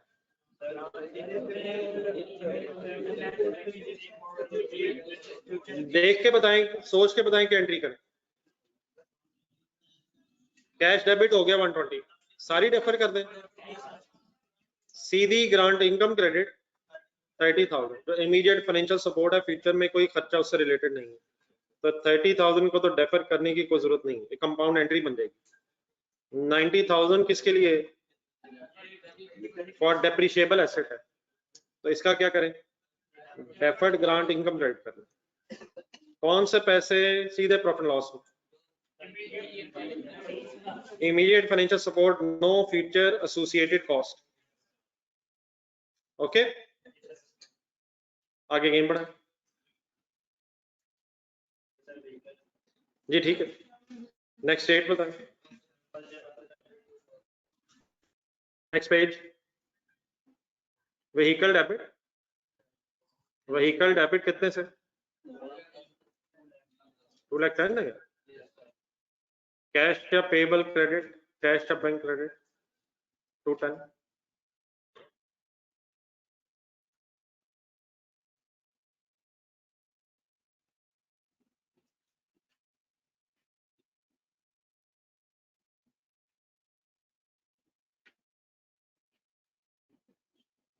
आगे चले. Next date.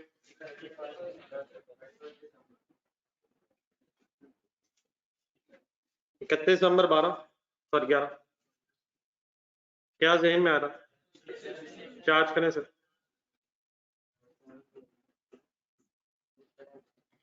Depreciation debit, accumulated depreciation credit कितने से?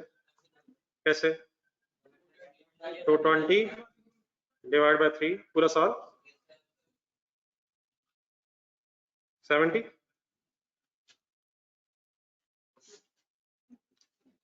सर. नेक्स्ट डेट आप क्यों लिखवाइए यार? वो तो इनकम बन तो गई है, कितनी बन गई है, कितनी रह गई है? 90 डिवाइड बाय 3, 30,000 की एंट्री.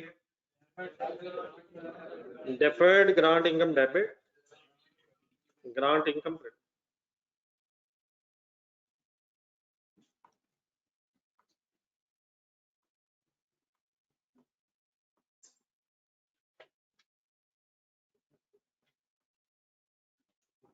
ओके सर,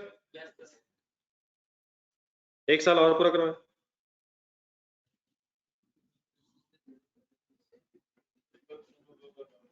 मेरे पास number 2012. Depreciation debit, depreciation debit, accumulated depreciation credit. Because अब रिपीट हो रहेंगे, पूरा साल ही है. 70.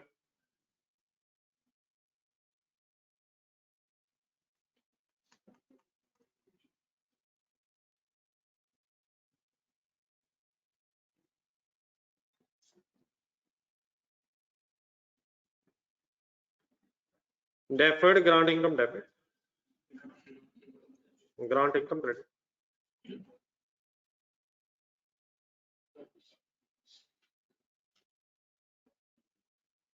तो अगर ग्रांट को पैकेज डील के तौर पे मिली हो तो आपने उसको इकट्ठा कंसिडर नहीं करना, वो किस लिए मिली है अकॉर्डिंगली अलग अलग करके उसका ट्रीटमेंट करना। Every other thing remains same. ठीक हो गया? वापस आ रहे page number 223।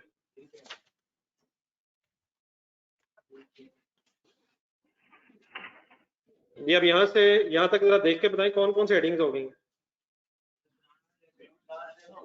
Grant related to income as a compensation of expenses, grant related to assets और ग्रांट एज अ पैकेज। आखिरी इसमें हिस्सा रह गया राइट साइड पेज का end, right side repayment of government grants. इकट्ठे हो?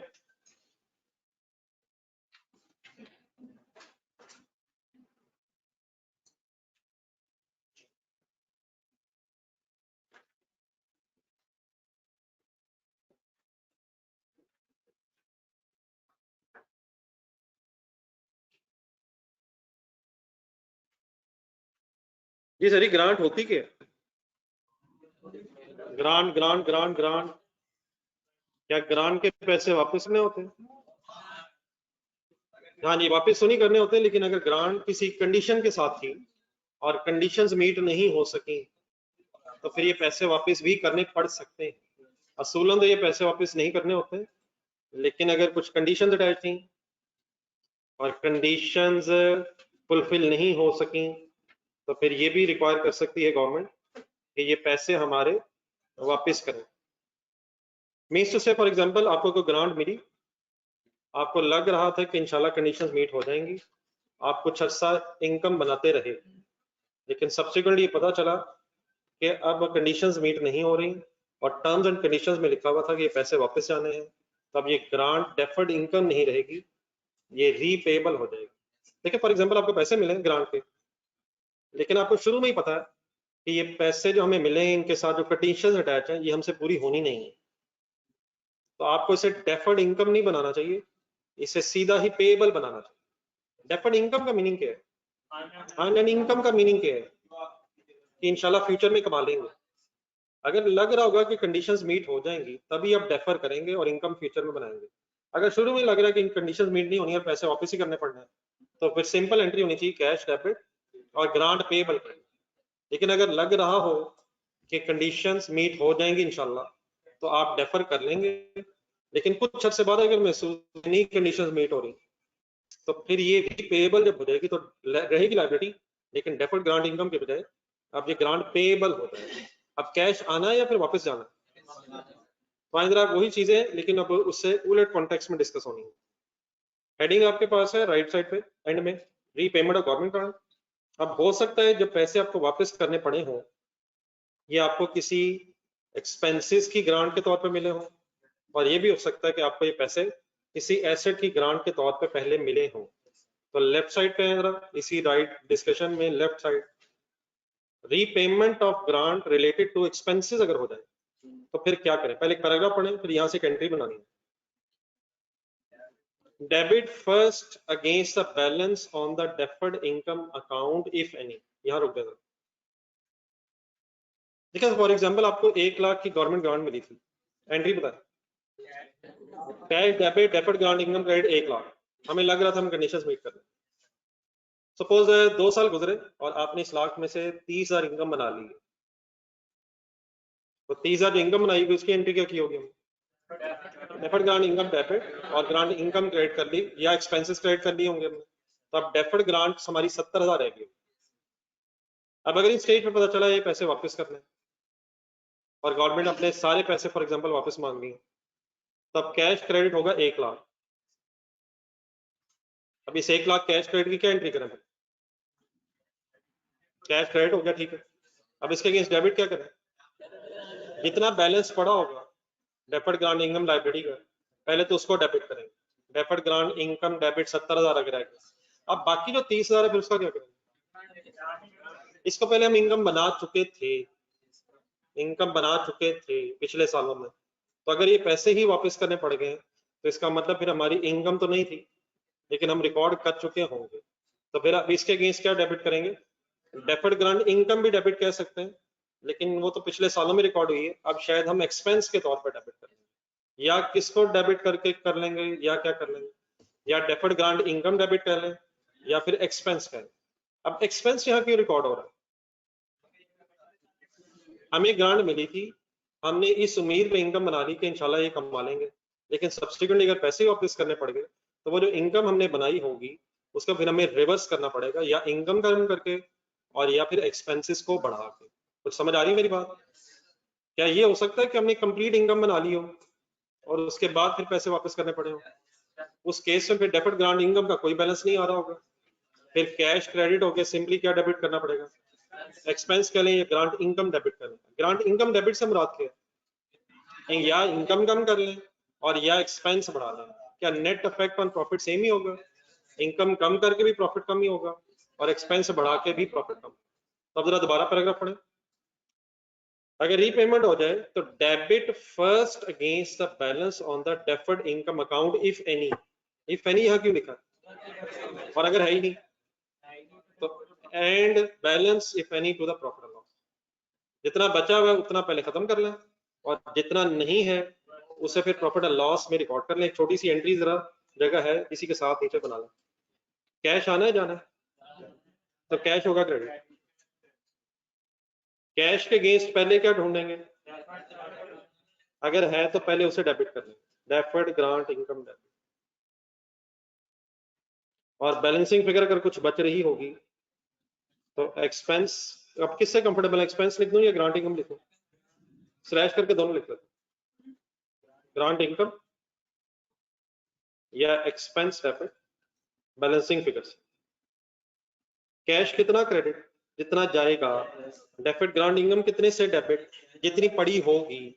और अगर डिफरेंस आ गया तो वो प्रॉफिट एंड लॉस में रिकॉर्ड कर लेंगे, आइदर बाय डेबिटिंग इनकम और बाय डेबिटिंग एक्सपेंस। तो समझ आती है बात? एग्जांपल 9 ढूंढ लग रहा है।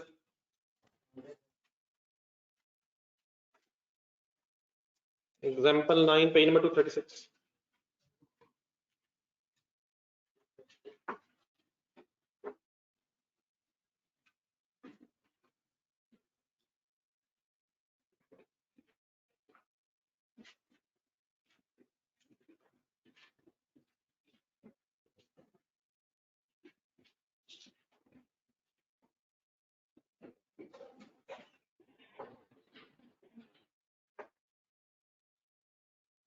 जी सर, कंडीशन अगर अटैच है तो कंडीशन पूरी करनी है। हाँ जी, वो देखते हैं, अभी एग्जांपल आ रही है, मेरा ख्याल आइडिया हो जाएगा। The local government granted the company 10,000 on 1st January 11 to assist in the financing of mining expenses. Grant related to expenses है? और सर जी एक्सपेंसेस है सर। क्यों पैसे मिले? माइनिंग एक्टिविटीज की जाए, माइनिंग पे खर्चे की जाए, कानपुनी की जाए। The grant was conditional upon company mining for a period of at least, underline करें, ग्रांट इस कंडीशन पे मिली है कि कम से कम 2 साल माइनिंग ऑपरेशंस करने। Initially it was expected the company can meet this condition and therefore it is decided to recognize the grant as income equally over 2 years. सही किया कंपनी ने?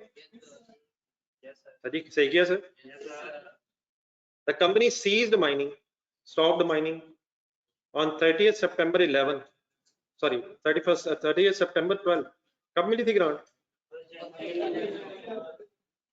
और कब ये ऑपरेशन स्टॉप हो गए?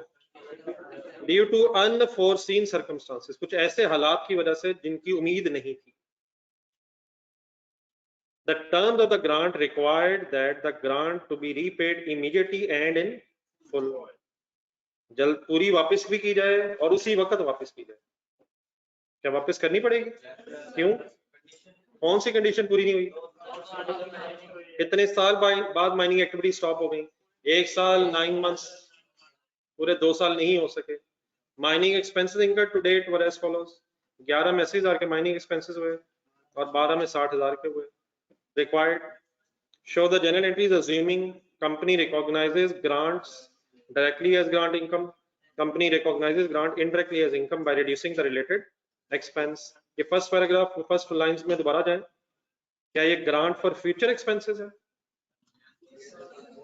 फ्यूचर कंडीशन साथ अटैच है तो इसे डेफर होना चाहिए और डेफर करके या डायरेक्ट इनकम अप्रोच से ग्रांट इनकम बनाएं और या इनडायरेक्ट इनकम अप्रोच से इसे एक्सपेंस से नेट ऑफ करें। हमने दोनों आंसर्स देने हैं अज्यूमिंग ए एंड बी अलग अलग। ए आंसर बनाएं, ए सिनेरियो में आंसर बनाएं। पुराना एज इट इज रिपीट हो जाएगा और रीपेमेंट की स्टोरी फिर नई बात आ जाएगी। करवाना शुरू करेंगे।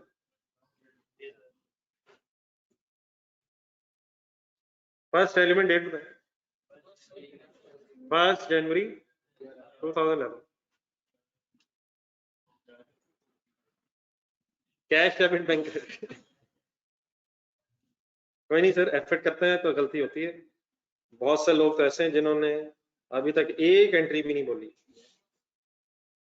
उनमें सरे फहरिस्त मेरा नाम।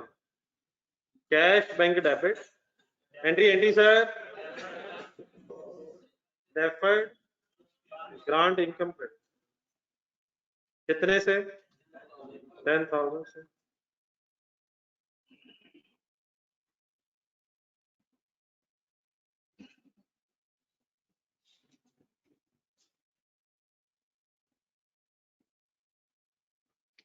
जी गेम आगे चलाएं।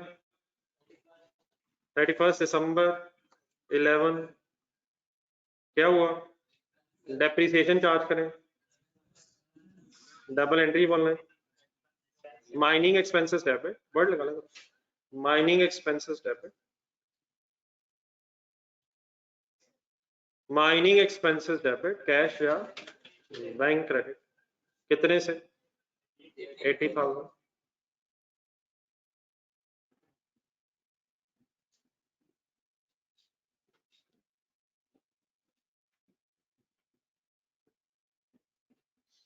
नेक्स्ट डेट सोच के 31 दिसंबर 11। आप क्यों रुके यहाँ?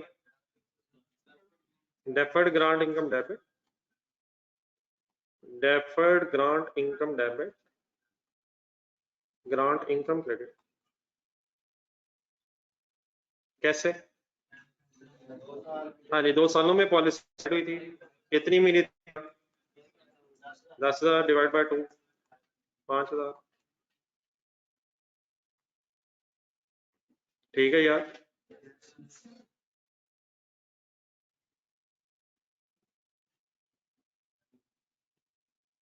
जी 11 शायद एंड हो गया,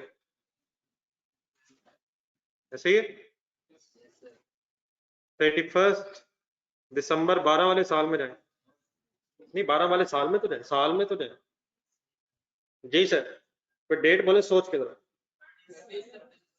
अब बेटा ये जो 60,000 का खर्चा ढूंढेंगे जरा 2012 में, माइनिंग का खर्चा। ये मेरा ख्याल है कि अगर क्वेश्चन को रिलेट किया जाए तो 30 सितंबर तक हुआ होगा।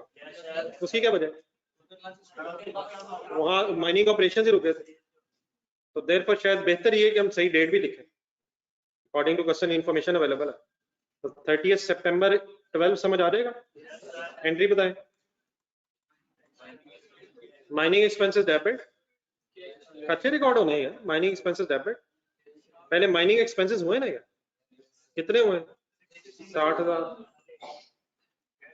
हाँ जी, अब सोचें क्या इन 9 मंथ्स की डेफर्ड ग्रांट इनकम भी प्रॉफिट एंड लॉस में जाएगी? रीपेमेंट कब करेंगे? रीपेमेंट कब करनी पड़ी है? नहीं इमीडिएटली का मतलब है 30 सितंबर पे जब आपके माइनिंग ऑपरेशन सीज हुए, तो क्या 9 मंथ्स की पहले इनकम बनेगी? 2 सालों में रिकॉर्ड करनी थी ना, तो 9 मंथ्स की इनकम बनेगी, उसके बाद 30 सितंबर पे खड़े होकर रीपेमेंट की एंट्री करें। तो 9 मंथ्स की इनकम बना दें। किस एंट्री की बात कर रहा हूँ? Deferred grant income debit. यार ये तो पैसे वापस करने में इनकम बनाई जा रहा हूँ। किस टाइम पीरियड का बना रहा हूँ? किस टाइम पीरियड की इनकम बना रहा हूँ? जब तक कंडीशंस मीट हो रही थी। तो 9 मंथ्स तो हम वर्किंग कर रहे थे ना। कैसे वर्किंग करूँ अभी? 10,000 divide by 2 multiplied by 9 by 12 3750। Concentrate full. कौन से 9 मंथ? सितंबर, जनवरी टू सितंबर इकट्ठे हैं यहाँ तक।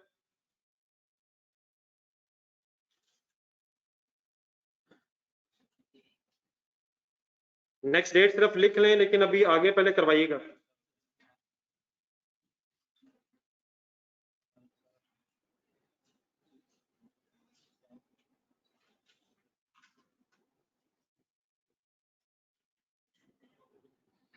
ये 30 सितंबर 12 की डेट अब मैंने लिख दी है। अब यहाँ हुआ क्या है, रीपेमेंट होनी है, तो अगर एंट्री पूरी करवा दें जरा। कैश कितना credit, full immediately and full 10,000। अब क्या ढूंढना होता है कैश क्रेडिट के साथ, पेज नंबर 223 पे जाएं। पेज नंबर 223 अपने हाथ से एक एंट्री ढूंढना भी लिखी आपने। कैश क्रेडिट हो गया 10,000। पहले किसका बैलेंस ढूंढना है, और फिर अगर कम है तो प्रॉफिट एंड लॉस में जाना है। आए जरा ढूंढे डेफर्ड ग्रांट इनकम का, मेरा तो ख्याल बैलेंस ही नहीं है। कितनी ग्रांट आई थी, 10,000। कितनी कितनी इनकम बन गई है, कैलकुलेटर उठा लें, कैलकुलेटर पकड़ लें 5,000 इनकम बनी और 3750 भी इनकम बनी। कितना बैलेंस अभी पड़ा होगा, कितने से डेबिट हो जाएगा, तो deferred grant income debit bye 1250 समझ आ जाएगा। बोलने कैसे वर्किंग की आपने, 10,000 माइनस 5,000 माइनस 3750, जो इनकम बना चुके हैं उसके बाद डेफर्ड का बैलेंस 1250 रह गया। डिफरेंस कितना बनता है, 8750। ये उतनी ही अमाउंट बन रही है जितनी आपने पहले इनकम बना ली थी। तो अब वही जो इनकम बना ली थी, पैसे तो आपको वापस करने पड़ रहे हैं, तो इसके अगेंस्ट क्या डेबिट करें, ग्रांट इनकम कह लें या एक्सपेंस कह लें, प्रॉफिट एंड लॉस साथ वर्ड लिख लें। तो तरीका क्या एंट्री करने का, पेमेंट की अमाउंट ढूंढ लें, पेमेंट की अमाउंट ढूंढ लें, फिर ढूंढ लें कितना बैलेंस पड़ा है, और अगर डिफरेंस आ रहा है तो balancing figure profit and loss में ढूंढ लें। नेक्स्ट डेट बताएं। नहीं बस क्यों, अब बस क्यों, 1 ईयर एंड 9 मंथ्स काम हुआ, वो काम स्टॉप हो गया, पैसे मिले थे वापस कर दिए, अकॉर्डिंग टू द स्टोरी बात खत्म हो गई। लेकिन ये आपने किस अजम्पशन की बेस पे वर्किंग की है, बी शुरू करें जी। ऑनलाइन स्टूडेंट साथ है,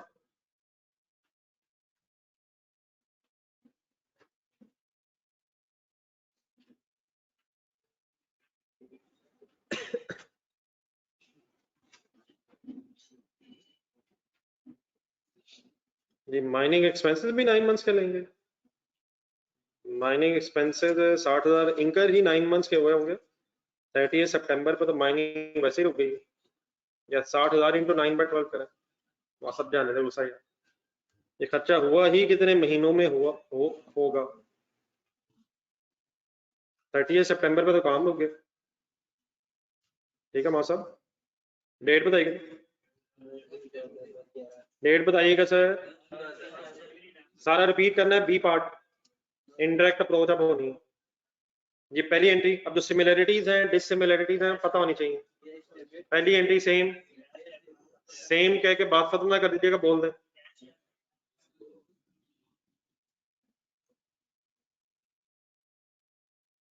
जाते जाते कोई एक क्वेश्चन तो करवा दें ताकि आपकी फुल पार्टिसिपेशन क्लास में कंसिडर हो जाए। कैश या bank debit, deferred grant income credit. Next date, next date, double entry भी तो करवाई थी, वही करवानी है यार।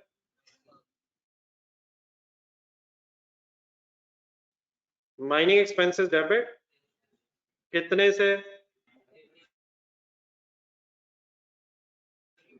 कितने से 80,000 से। यार ये रिकॉर्ड कर तो नहीं है, दोबारा शुरू हो गई। बी पार्ट क्या है, बी पार्ट क्या है,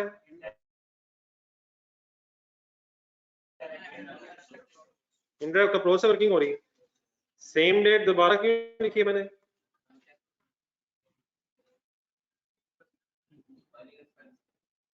जी ठीक है, मतलब सेम डेट दोबारा क्यों लिखी है मैंने।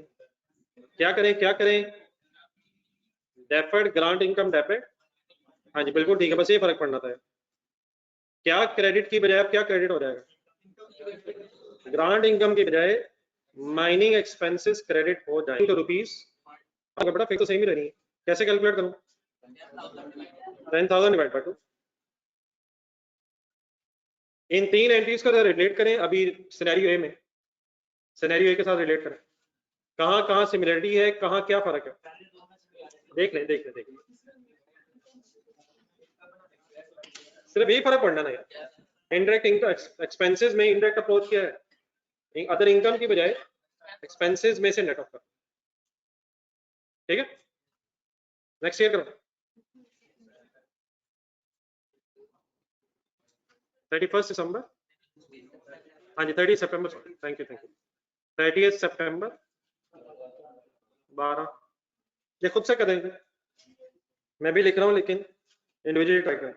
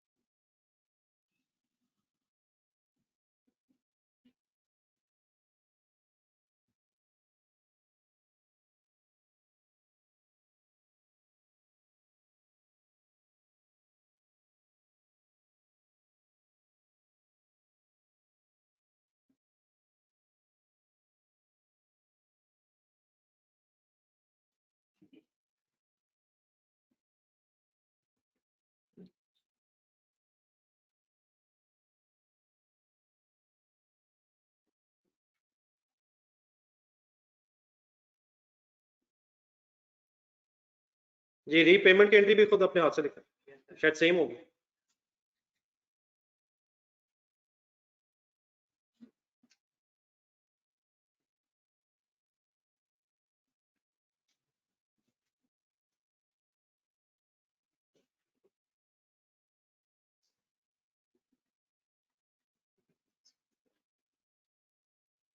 जी डेफर्ड ग्रांट इनकम बैलेंस पड़ा कितना, बैलेंसिंग फिगर, इसके साथ माइनिंग एक्सपेंसेस वैसे अब ज्यादा बेहतर रहेगा बट, क्योंकि हम खर्चे को क्रेडिट कर रहे थे।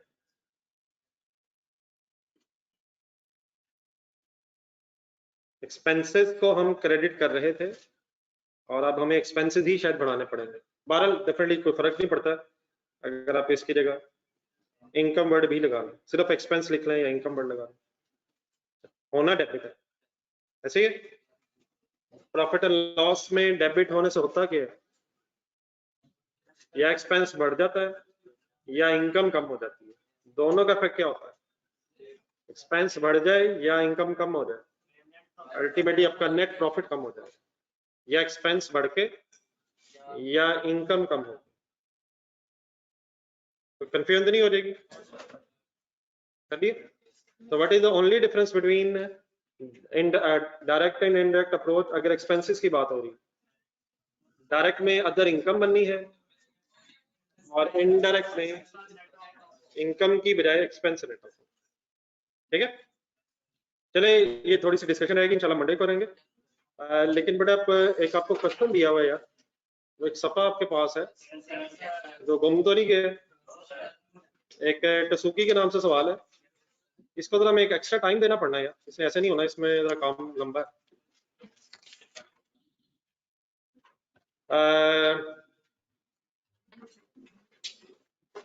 या रेशियोज आपने पता नहीं अब कर रहे हैं नहीं यार, एक क्वेश्चन होमवर्क लिखा जरा पहले, पेज नंबर 2 ने 192 रेशियोज को टाइम देते रहे जरा एक दो दिन और एक टेस्ट भी भेज देना 192 पे एक क्वेश्चन नंबर 5 है, ट्यूसडे को आपने रेशियोज का खासतौर पे जरा ये जो थ्योरेटिकल एस्पेक्ट है ना कमेंट्स वाला, वो जरा खुद से लिखने का एक और टेस्ट, तो पेज नंबर 192 पे क्वेश्चन नंबर 5 है। लेकिन ये जो टसुकी वाला सवाल है इसके लिए हमें कल टाइम निकालना पड़ना है, वरना ये लटक जानी चीजें, तो निकाल लेंगे टाइम? ले लेंगे, कल सारा दिन आया होना, तो 2 बजे आ रहे, हाँ 2 बजे, गर्मी बहुत होगी इंशाल्लाह इसी में बैठेंगे, जो नहीं आना चाहेंगे ऑनलाइन आ रहे। जो आराम से अपने घर में एसी में बैठे होंगे वो ऑनलाइन क्लास लेंगे। तो क्लास में कल आना कंपलसरी नहीं है फिजिकली, लेकिन अवेलेबिलिटी आपकी होनी चाहिए ताकि मेरी आवाज आप तक पहुंच सके। मेरी आवाज सही आई है शायद, रस्ते में कोई मसला तो नहीं हुआ? यकीन आपको नहीं आ रहा, लेकिन इंशाल्लाह 2 में मुलाकात होगी, इस तरह का यकीन कम ही आता। ये जरा पेज जरा साथ लेके आइएगा, एक पेज आपके साथ डिस्कस हुआ। होमवर्क बता दीजिए क्या क्या दिया मैंने। एक 192 पे थोड़ा क्वेश्चन बस मैंने कहा। अच्छा, इसका ना एक सीरियस एफर्ट कर लिया हुआ है आपने, जो गलत बात मैंने की है। तो ये कल ये ना हो कि मैं नाम भी खुद पढ़ूं। तो ये आपने अपनी तरफ से मैक्सिमम पॉइंट का कर लिया हुआ है, और अगर नहीं किया तो इसको टाइम दे के आना। रिवैल्यूएशन और आईए सेट थोड़ा सा रिवाइज होना चाहिए। अल्लाह हाफ़िज़। ये बड़ा टाइम मैंने बता तो दिया है, ठंडी प्लीज 2 बजे इंशाल्लाह। ये कॉस्ट देखते हैं, मेरे ख्याल रहने देते। अल्लाह हाफ़िज़।